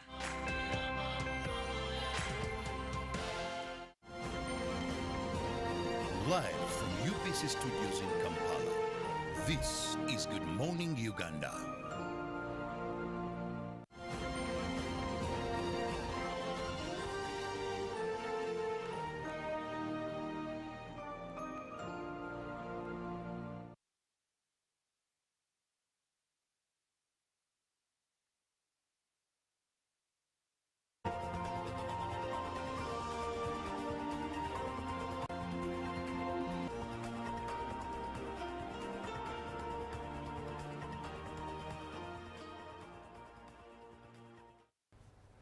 A very good morning to you. Thank you so much for always choosing UBC TV. If you started the show with us, I always say this because I have to say thank you. It always means a lot. And if you're just joining in, you're welcome. This is Good Morning Uganda. My name is Julie Nantabamosisi. And right now is time for the agenda, where we are going to talk about the report on corruption in recruitments by district service commissions. 0709602592 is the WhatsApp number that you need to engage. Text that message via WhatsApp. Do not call, because I'll not be able to pick your call, but unless I'm able to read your message and pass it on to Dr. Patricia Okiria, who is the Deputy IGG. Now, last week, the office of the IGG released a report with findings that more than 130,000 senior government workers bribed their way into their offices. And this study exposed rampant corruption in hiring of public servants by district service commissions. Looking at the numbers, the report states that at least 35% of civil servants paid between 3 million to 50 million to secure jobs. I wonder if I could not use that 50 million to invest as opposed to bribe for a job. But anyways, we all think differently and calculate differently. But let's delve deep into this conversation. Good morning, Dr. Okiria. Good morning, Julie. How are you? Very well, thank you. Always an honor to have you here. And I am honored and also humbled to be here discussing this report this morning through the Inspectorate of Government. First of all, good morning, viewers. I'm happy to engage with you on a cool, calm morning like this one, while Julie Musisi Nantaba is wearing yellow. I don't know what message she's telling us this morning. Oh my goodness, Dr. Okiria, you did not have to you're looking very bright and very beautiful too. Representing the sunlight. Yes. We had that report launched last week in the Inspectorate of Government, and the report basically was anchored on certain objectives. One of the objectives, first of all, was to disseminate the findings of the study, which was presenting some semblance of evidence and illuminating the economic and social costs arising from corruption. Recruitment has always been a challenge. Corruption in recruitment by District Service Commission has always been a complaint, a major complaint. And the report basically was talking about what was already known, that there is corruption in recruitment. What was questionable were the sources of evidence in the report. And we had an engagement with district service commissions, and presentations were made, and views were shared on the report. The objective also was to provide a structured platform for dialogue and reflection with the aim of fostering inclusive engagement and strengthening mutual accountability, and also generating measures, practical measures to enhance integrity across all sectors. Because if we are saying there is a problem in recruitment, then that report gave us the opportunity to discuss that problem and delve deeper into the problem. Another objective was to formulate and also adapt actionable recommendations by moving beyond mere exposition of the challenges towards collective development for sustainable and even long-term solutions that would safeguard public resources and promote national development. So if the report is saying a lot of money is used for bribery, how can we safeguard that? How can we recover that? How can we expose that deeper? So that was basically the objective of the report. Although the report basically brought raw data, the researchers brought raw data, I thought we would have gone deeper by bringing out actual evidence of cases we have handled before involving corruption in recruitment. And for me, from my perspective, as an academician and as a researcher at that, I would have looked at it that way. But nevertheless, they gave us some information which is helpful in tackling the problem, and we took it objectively. We also took the comments from the members of District Service Commission objectively, because positive criticism basically helps us improve. So if the report had semblances of exaggeration concerning aspects of bribery in recruitment, we still have room to clean it up and come out with something which is authentic for purposes of clarity and specificity on the findings by the researchers. Yes. All right. Very profound indeed. 0709602592 is the WhatsApp number that you should engage and be a part of this conversation. Now, Doctor, based on the findings, at least what is available for now, how widespread is corruption, especially when it comes to the recruitment process across the country? How bad is it? Well, the recruitment process is marred by corruption. It is marred by corruption, and the Inspectorate of Government has already taken several measures to deal with the problem, especially in trying to combat corruption in recruitment. You will recall that, I don't know what national celebration it was, where the president actually asked the Inspector General of Government to tackle corruption. I think there were cases from Kagadi or Western Uganda somewhere. He said, well, I think the IGG needs to look into District Service Commission, and that was what inspired this report.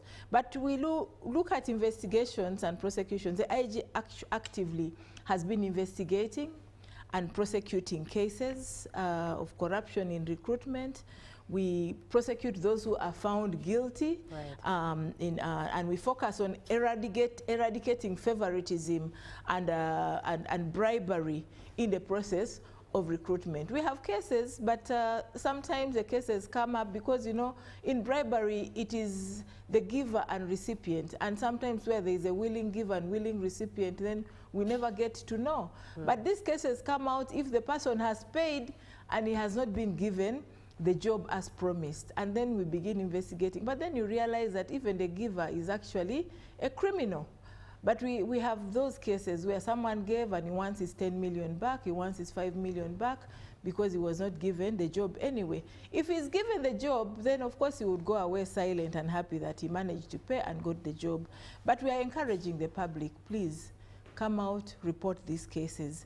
Through public engagement and reporting, we know that the public will basically be able to report these cases through whistleblowing channels to enhance accountability and also transparency, especially in the recruitment process. And in the report, we talk about the need for strengthening the vetting and policy recommendations, because if we don't strengthen the vetting, then there will be a problem. So we recommend that nominees for district service commissions should be vetted by a public service commission to minimize the aspect of interference, political interference, and ensuring a merit-based selection process. Because if people are not selected on merit, then of course that is a question mark. And even you begin to question the quality of the people being recruited. Then we emphasize that there is need for automation of recruitment, where we promote the use of recruitment systems, where they're using the e-recruitment systems. People apply online, and then the shortlisting is done. And by the time they get to face-to-face, shortlisting has been done and through the automated process. And this reduces opportunities for corrupt practices, because if people are bringing their physical applications, then there is human-to-human interaction. We need to minimize the human interaction, especially in the hiring processes.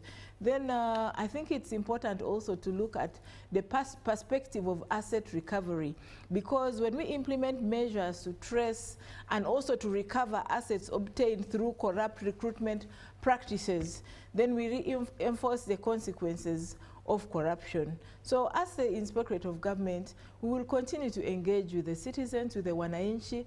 We will continue to create awareness. We need to increase public awareness about the detrimental effects of corruption, especially in recruitment. And we need to encourage a culture of honesty and integrity. Why should someone go and pay for a job, and if he's not given, then he turns around? And yet he also is a criminal. The fact that he paid money for it, he needs also to be interrogated. Qualified for yes, so for me, I think we need to delve deeper. The report is an eye-opener. We take it very positively, but we need to delve deeper into some of the issues brought out in the report. And how are we going to do that? I think it's important for us to pick out the cases, conduct investigations into specific allegations of corruption, and prosecute those found guilty. If the report has exposed a certain angle, we need to ask the Inspectorate of Government to go into that angle and investigate. So the report was a research study, and I think it tackles or triggers investigations by the Inspectorate of Government, and through the Directorate of Ombudsman Affairs, the Inspectorate of Government is already preparing to delve deeper and begin investigating some of the issues brought out in the report. Yes. Right. Let's look at you know, some of the forms, the explicit forms that were discovered during this research, through which this corruption of recruitment has been exercised. So when we look at corruption, it was mainly bribery. Bribery as in buying of jobs or selling of jobs. Paying money for jobs. So you find that bribery is so rampant, according to the report, where the report says 35% of people have bribed their way into service, and this is a representation of 130,000 people.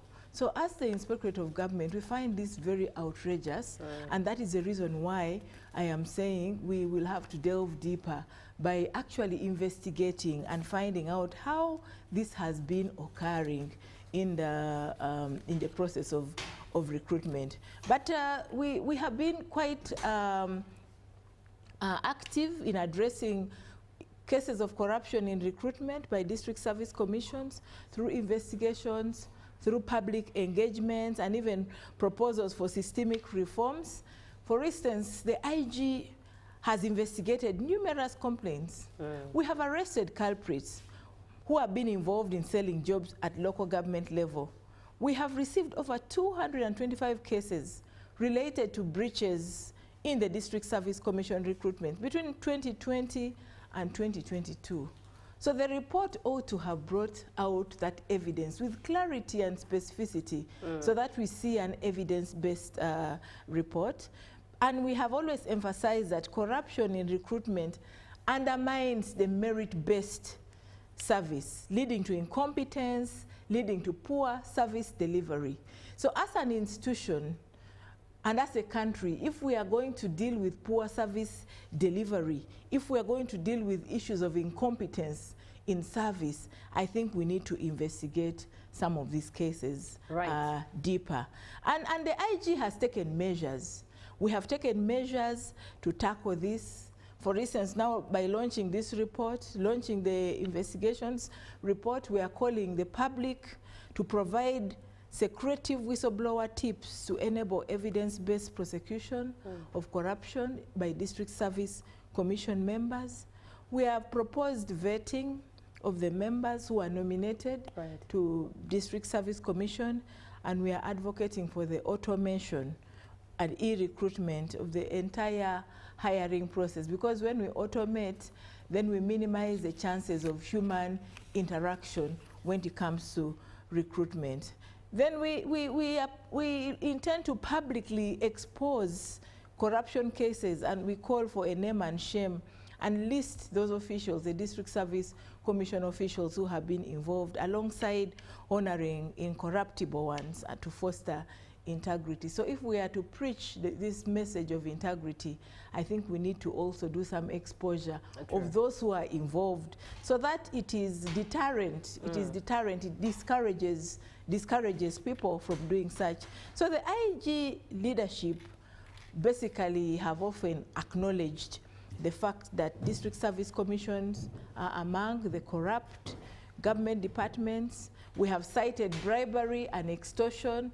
We have handled cases reported to us, and we have even exposed unethical demands such as sex for jobs reported in some districts. You have heard about the carpet interview, where some chairpersons take advantage of the female applicants. So while our report underscores rampant corruption in recruitment. Some district service commission chairpersons, of course, have disputed the findings, which reveals an ongoing tension around these reforms. But what I'm saying here is that the report is basically an eye-opener. Right. The report has brought out what was already known, and we need to take action. We do not have to hide our heads in the sand. If they've said there is corruption, irrespective of the degree, of course you can question the degree and, you know, but if they've said there is corruption, I think we need to delve deeper and begin to interrogate those cases and aspects of corruption. So underlying corruption drivers identified in the report include aspects of political interference, lack of transparency, delayed funding, inadequate training for the District Service Commission members, and even the manual recruitment processes, and high unemployment, creativity, basically leading to vulnerability to bribery because of the high unemployment rate in that area. So you find that people then are vulnerable to paying bribes for the job. So it remains a big challenge. But as the Inspectorate of Government, we have called for more civic vigilance. We have encouraged, and we are still continuing to encourage the citizens to report, and we are encouraging comprehensive reforms, recommending for comprehensive reforms, especially in the recruitment, including technological and institutional changes to restore fairness, to restore meritocracy in the public service recruitment. Right, thank you so much. That is Dr. Patricia Okiria. She is the Deputy IGG, and we are looking into the report on corruption in recruitments by district service commissions. It's the conversation we're having, 0709-602-592. Out of curiosity, are there those that have already been asked to have already been rid of their jobs from the 130,000 that were discovered in the report? Well, from the cases we have done, because I would rather we go by what we have handled. Right. From the cases we have handled in the Inspectorate of Government, we have recommended interdiction, we have recommended dismissal,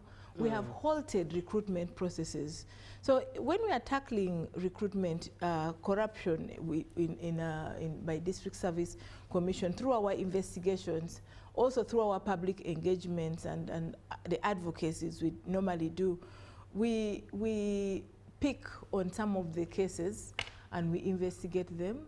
And when we investigate, our findings are clear. We make recommendations for disciplinary action to be taken by district service commissions. We recommend interdiction. We recommend dismissal. We have halted processes. So I think for me, that is the evidence which the report needed to bring out quite clearly. The report was a little bit raw, but nevertheless, we have accepted and said it's an eye-opener. We need to own it. It has brought out what was already known in the process of recruitment. And now we need to move forward by taking action, critical action on some of the recommendations the report is making. Yes. Now, Doctor, allow me engage some of the comments coming in for you. Somebody comes through and says, "Good morning, Uganda. I'm Daniel from Gulu. All the district's top technical workers are very, very, very corrupt in recruitment, and it has even made mere transfer of the secondary teachers extremely hard in the name of you pay highly to secure a wage in the district." Somebody else comes through. "Good morning, UBC. We have missed salaries since May, July, and now August in Bududa. Could you please intervene?" And good morning. Corruption has sadly become the order of the day in Uganda today. It is almost impossible to get a job without money exchanging hands. Local governments are the closest structure to the people, and if corruption persists, their service delivery suffers directly. The real question is, how will oversight bodies move beyond policy statements and translate them into visible action that can restore public trust? This is Vincent Makwali from Mbale City. And I actually would say, Doctor, many have complained of the fact that as Uganda, we have beautifully written laws. Yes. However, implementation is always the problem. So in this case, how would you speak to Vincent? First of all, I would like to thank Mr. Makwali Vincent from Mbale for that very, very good question. But corruption is the order of the day because the public is glorifying corruption. If people can come up and report these cases, it would be very good because it is very difficult and very complicated to successfully investigate a bribery case. It is only until one person has come out and reported. Because bribery is where there is a willing giver and willing recipient. Yeah. And if the public are encouraging District Service Commission to take bribes because they want to buy the jobs, then it becomes difficult to deal with the thing. But the disgruntled ones nevertheless come out, and this report is bringing out cases of disgruntled ones, a disgruntled population. As in, he wanted this job, he didn't get it, he paid for it, he was not given. Those are the cases that come up. But corruption is widespread in local government, and it is not only when it comes to recruitment. There is also absenteeism, there is poor service delivery, attention to duty, and so on and so forth.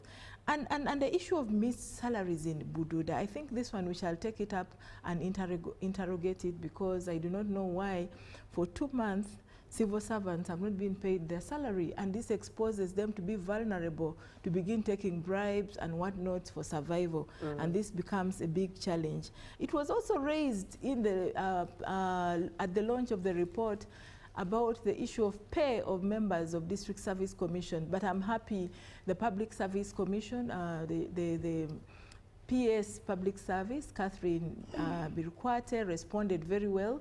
Plans are underway to ensure that the District Service Commission members are facilitated and well facilitated to do their job.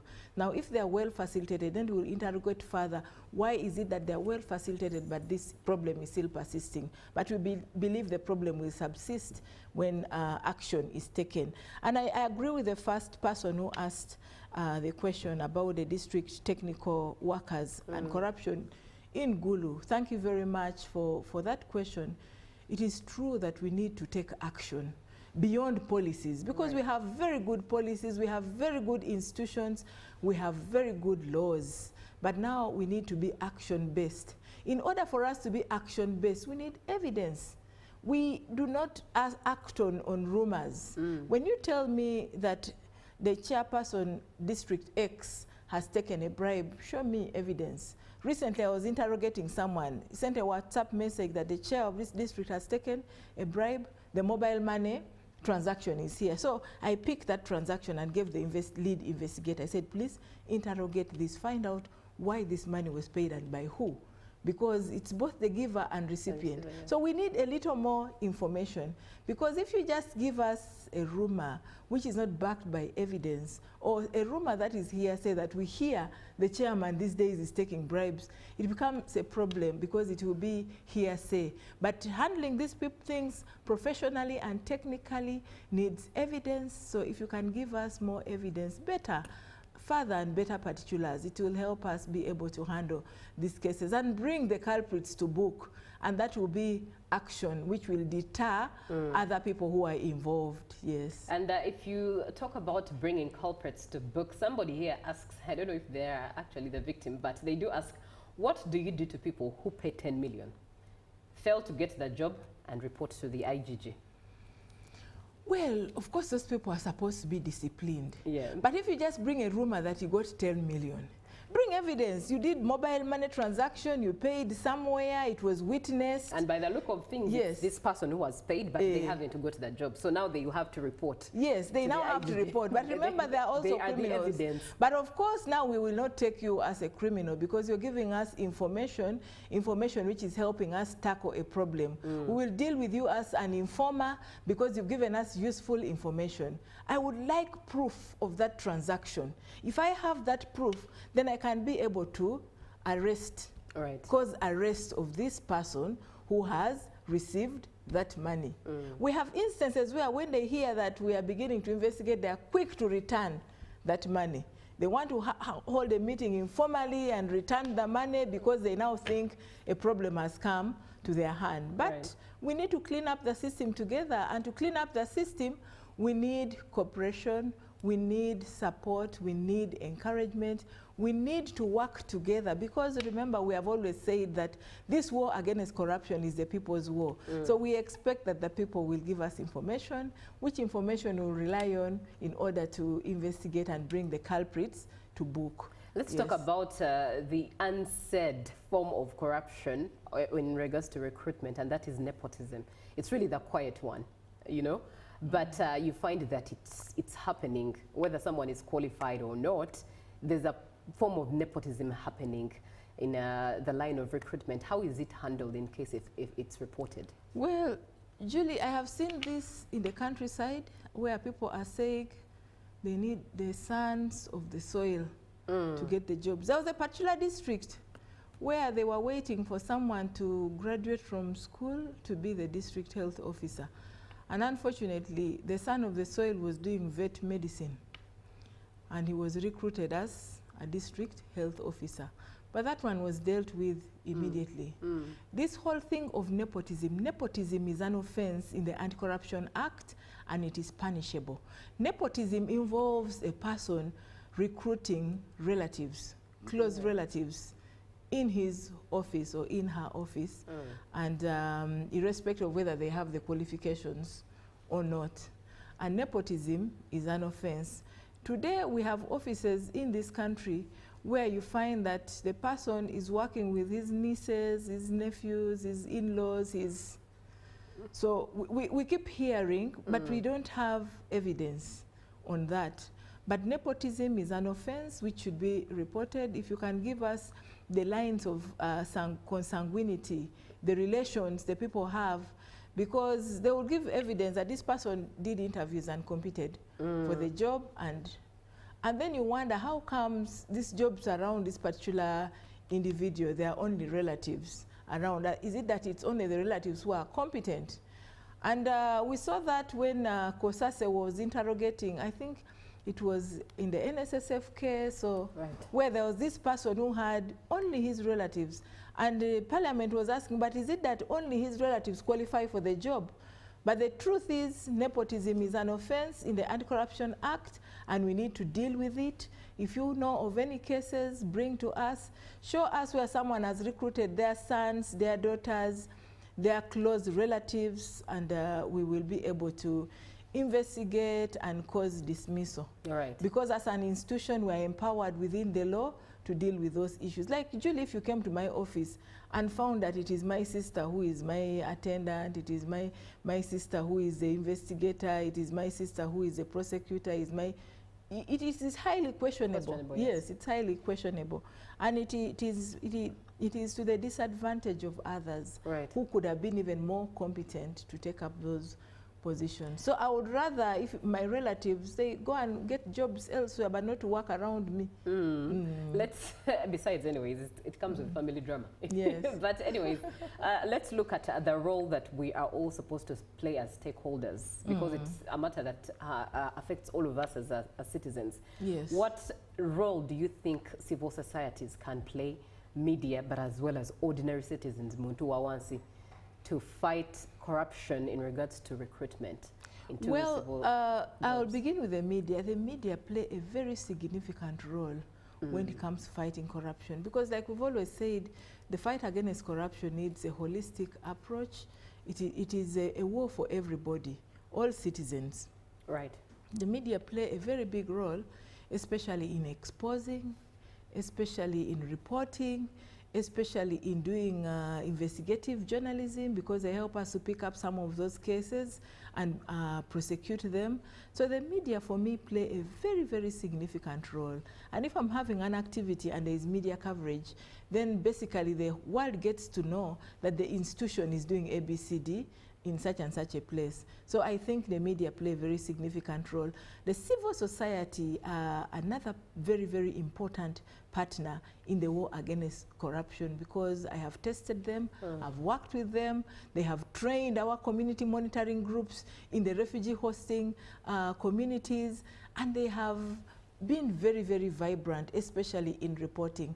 For instance, there is RAC, Rwenzori Anti-Corruption Coalition. Right. RAC has done a very, very tremendous job in the war against corruption ever since its inception.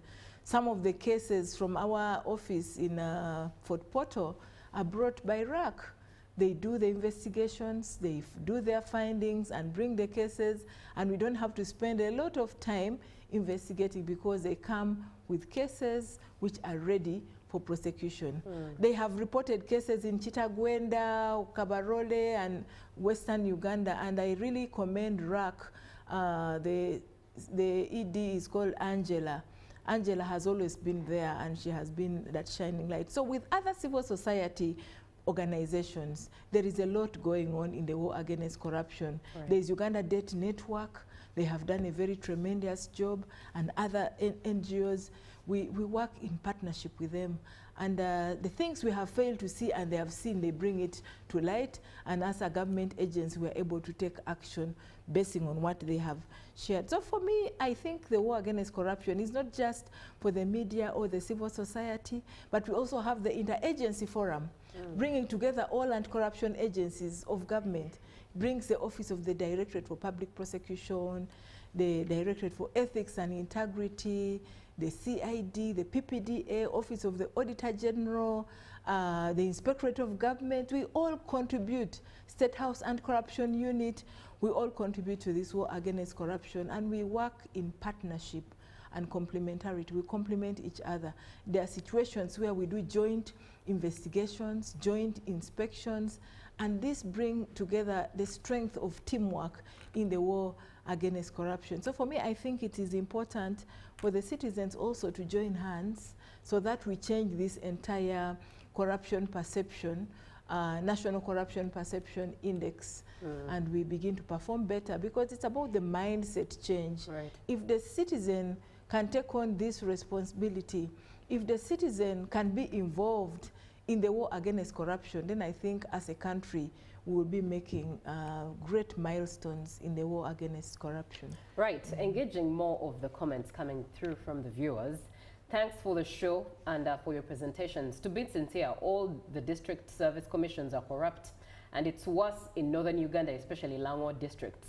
The district service commissions have become the district business commissions, and this has resulted into corruption in the newly recruited staff and low level of individual performance and arrogance at the place of work.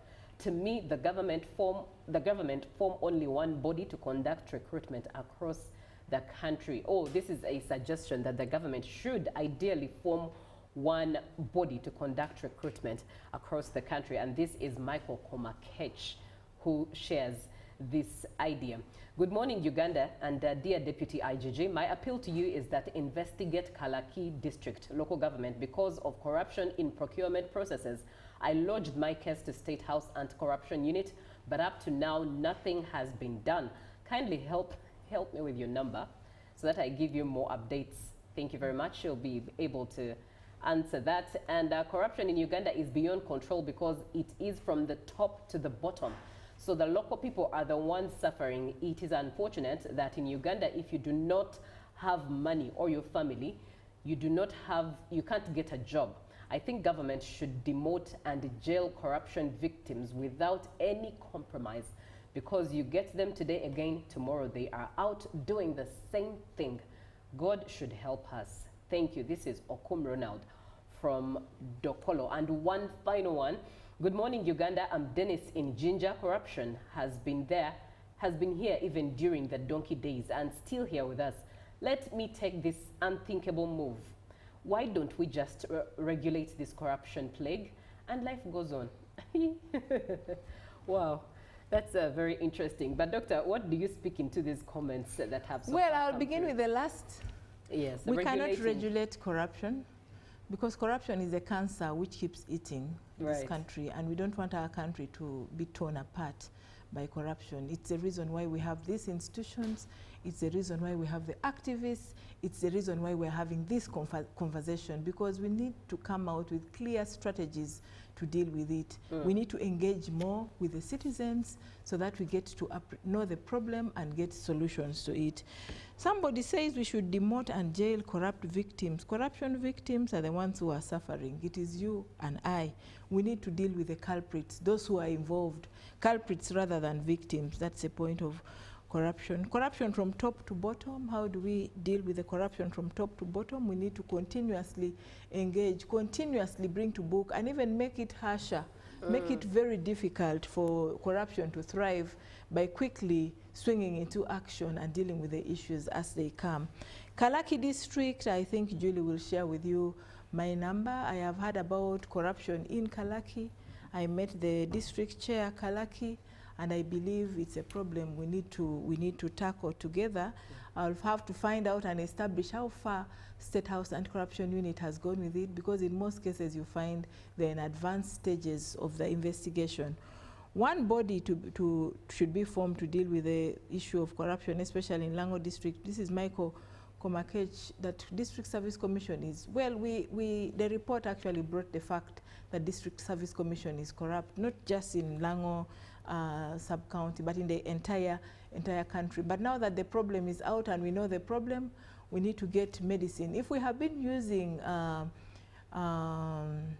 amoxil, we now need to use, I don't know what it used to be called, but there was something called X-Pen, which was a stronger antibiotic. Maybe we need to bring X-Pen, and this is the reason why we think about new and innovative ways. Right. But we have engaged, we have had a consultative engagement with the stakeholders, with the service commissions, and we are going to come up with quick solutions to deal with this problem, because the report puts a problem at the table, and we cannot just shut our eyes and hide our heads in the sand. There is a problem. Which problem we need to tackle as institutions in this country? Yes. There's somebody who comes through here who requests anonymity and says an eye-opener here that shouldn't be ignored. Able applicants have been denied opportunity. When you do not give the money, you are the loser. Where would you go to report when you are termed failed interviews and you have not given the money? You simply missed the job. 99% of those officers entered through the same, and they are keeping it better. Take actions, please. In other words, those who are able are labeled as failed interviewees, and they can't even report anywhere because they are already labeled failed, yet in actual sense they failed to give the money, but did not fail the interview. Yes. Good morning, UBC. My name is Sasi Alan. What happened to the Natete Nakaokaka Saje Road? Almost 20 years of promising to work on it. Okay, I think I'm missing something. Okay, can the guest give us a brief on how whistleblowers are protected? Secondly, has the IGG picked up what is going on at UMI? My name is Sasi Alan. All right, Doctor, please speak into those. Natete Nakaokaka Sanje, recently in the State of Nation address, His Excellency the President has put it on the lineup of those roads going to be given priority.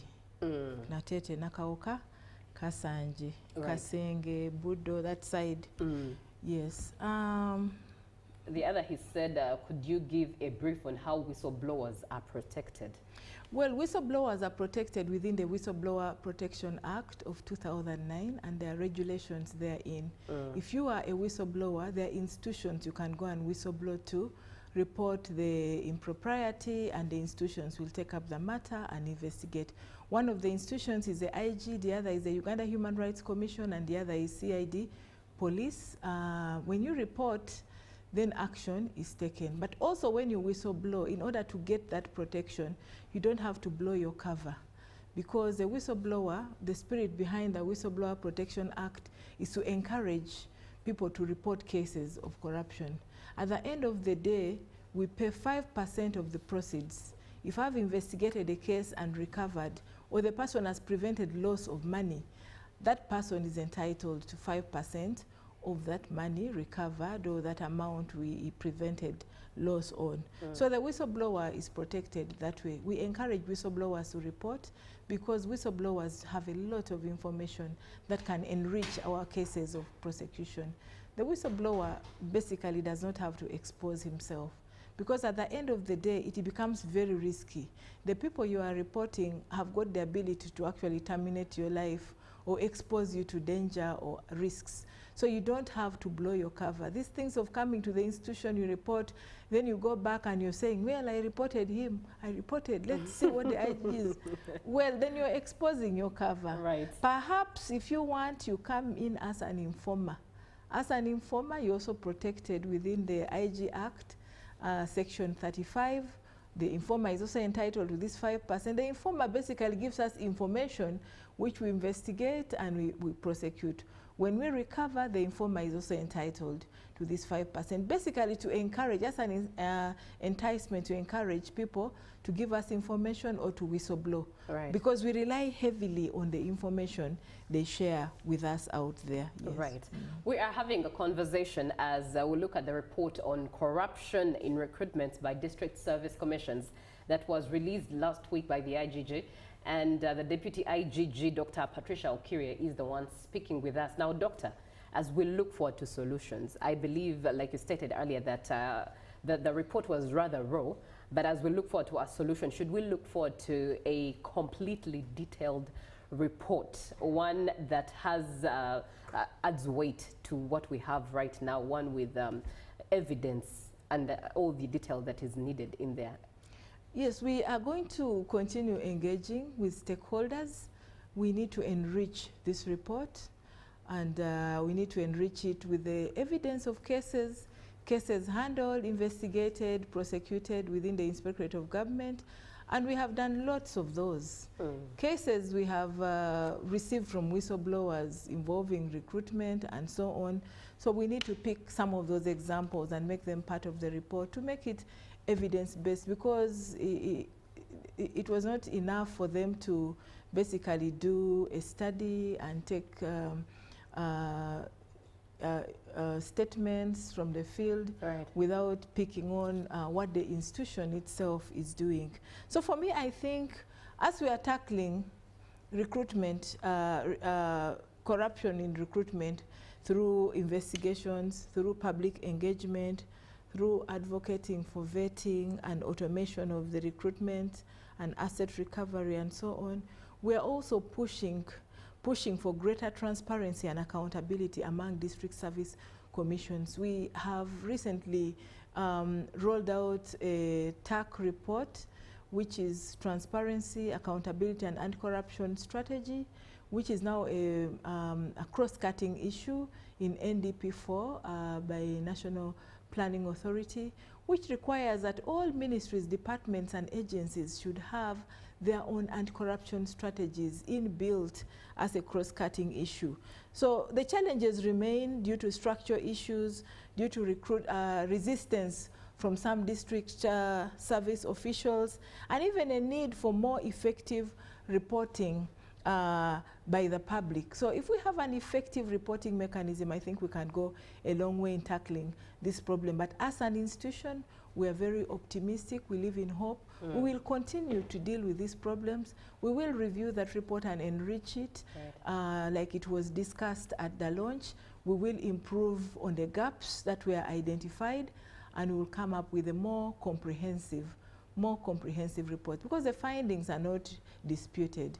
What is disputed is the quality of the evidence, which we can improve with the cases we have handled, with the other studies done, and the investigations we have conducted. Yes. Right, and a number of districts are being mentioned here by the different people coming through, and as to what they witness and experience. Are there districts that were cited in that particular report as outstanding? Well, the report looked at 21 districts, and the study was basically conducted within the 21 districts. But when you look at our country, how many districts do we have?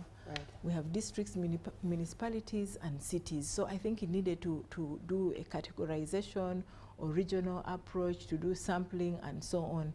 But nevertheless, it is representative of what is happening. District Service Commission has always had that challenge. There are numerous reports about corruption. But also the report didn't look at the fact that sometimes it is the third party. The third party who comes in as someone who is assisting this applicant to get the job. And it is that third party who will tell the applicant that the chairman wants this amount of money. And the third party will continue hovering around the district offices and pretend like he's actually going to meet the chairman. Oh, he actually goes and meets the chairman, talks about something else and comes out and tells the applicant, the chairman has asked for this. So you find that there are so many situations where people could be eating money on behalf of the chairperson. Those are the so those are the, yes. So the districts need to be very vigilant. Right. Do not allow people who are idle to keep hovering around your offices, because they could be the ones tarnishing the image of the district. But also you need to sensitize the people and promote more transparency and accountability. When something is on the notice board, you should not just allow anybody to take, you know, and begin using the names of the district elsewhere. There should be utmost transparency, utmost due diligence in everything that you do, because today corruption is like an amoeba. People keep planning and it changes forms and shapes anytime. So we need to also think about new strategies of dealing with it. So as a district, you need to think about in-house cleaning, but also think about getting rid of those third parties, the middlemen. But like we said, when we do e-recruitment, when we automate the recruitment processes, then we minimize handle the problem. Right. Somebody comes through, and I'm not going to say your name just in case you need to be protected. And they say that he would like to be an informer in the IGG's office. What procedure should he follow to be the informer in the district? And he says that corruption in the Service Commission in Kamwenge is too high, selling jobs and promotion. So he wants to know the procedure as to how he can become an informant. Well, procedurally, the law is very clear. You can walk in and meet the Inspector General of Government or Deputy or any of the directors. You can send an email or WhatsApp message. Like we've often received information through WhatsApp and even through email. Then we have our hotlines. We have our hotlines, and we have got the what is it called? The something center where every complaint goes. Yes, we have got that very, very active, 24 hours. Complaints can come through, they are sieved, and then we are taking action and having them sanctioned. But if you are in Kampala, you walk in, my office is open, my colleagues' offices are open. We have the open door policy. Anytime you can come in and report your case, and we'll be able to handle with confidentiality and have it investigated and action taken on the culprits. It is not only Kamwenge, it's the whole country. Kamwenge, Fort Portal, and the other Chitagwenda, Kalaki, you've had Lira. So it is widespread. It's a serious problem, which is like a cancer we need to deal with. We are now looking at the recommendations as we clean up the report, but we are looking at the actionable recommendations so that we can swing into action and take up those cases, investigate them. From a research, it will now become an investigation. Interrogate them further so that we are able to prosecute. And in doing so, I believe we will deter that are happening and be able to clean up the system. Right. May IGG expose the actions taken to deter the intending culprits? This is Kato Dennis in Chitagwenda. The actions are all well provided for within the law. We will be able to have people interdicted, to pave way for the investigations. We'll be able to have people dismissed. We'll be able to hold processes that are ongoing as long as someone has brought in information that there is an anomaly in the process, yes. Right.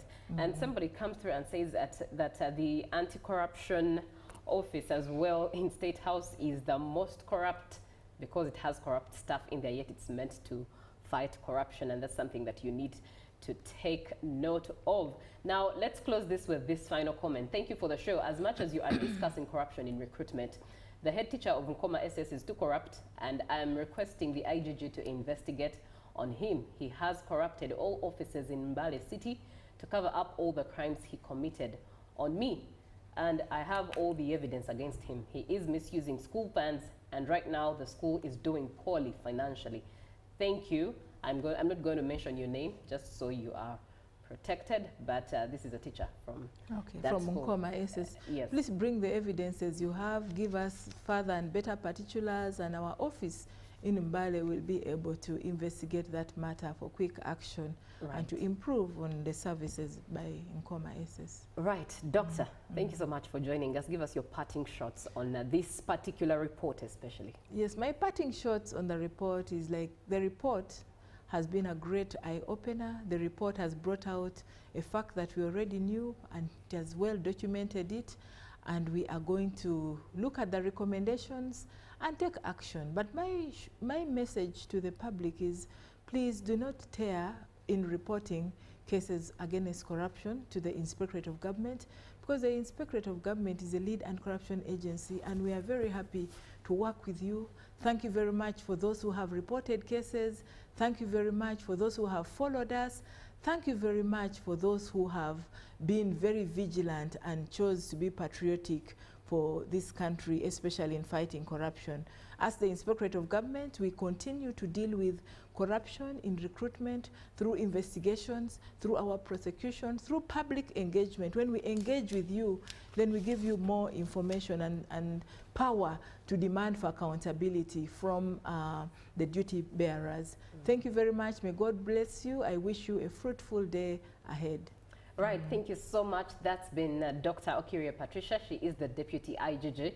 And we have been looking at the report on corruption that was released last week by the IGG in recruitments by district service commissions. Thank you so much for being on the show. And whenever it deems fit that she should talk about corruption and help all of us fight this vice, we shall always bring her to speak with you. Thank you so much for being on the show. It is Good Morning Uganda. Up next is GMU Extra with Uncle Bob. We usually call him Uncle Bob, but that is Robert Chirabo Nyonyintono. My name is Julie Nantaba Musisi, and in a special way, let me send a shout out to my mother who's watching me and my singer, Aunt Millie. Thank you so much for watching. Good morning. Be blessed.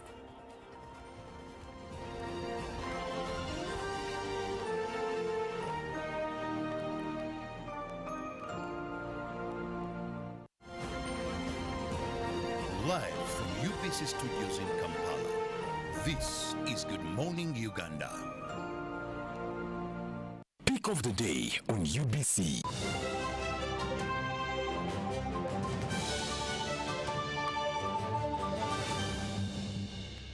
Was brought to you by I'll call you every day, yeah yo, baby dondolo. You can now get all the Chibuzi out with MTN voice bundles. Call all networks, Kubei Dondolo.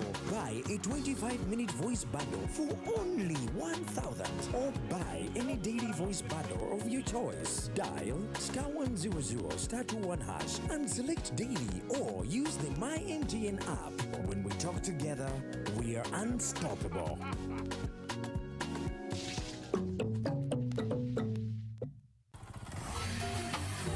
Hello, Kampala, Uganda. In response to the national call of strengthening the traffic security, Good Products Group HGO brand has officially launched the rider selection campaign. Registration is now open.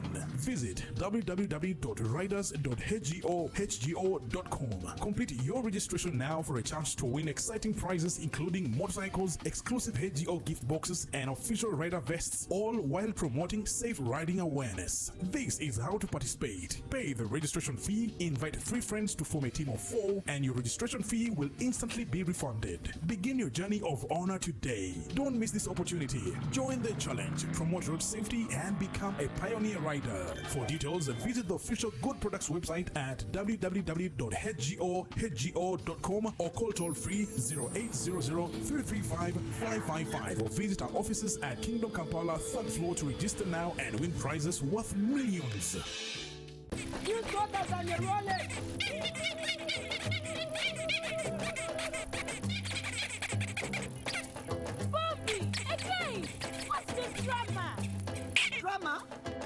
Colleagues, elections for special interest groups are calling.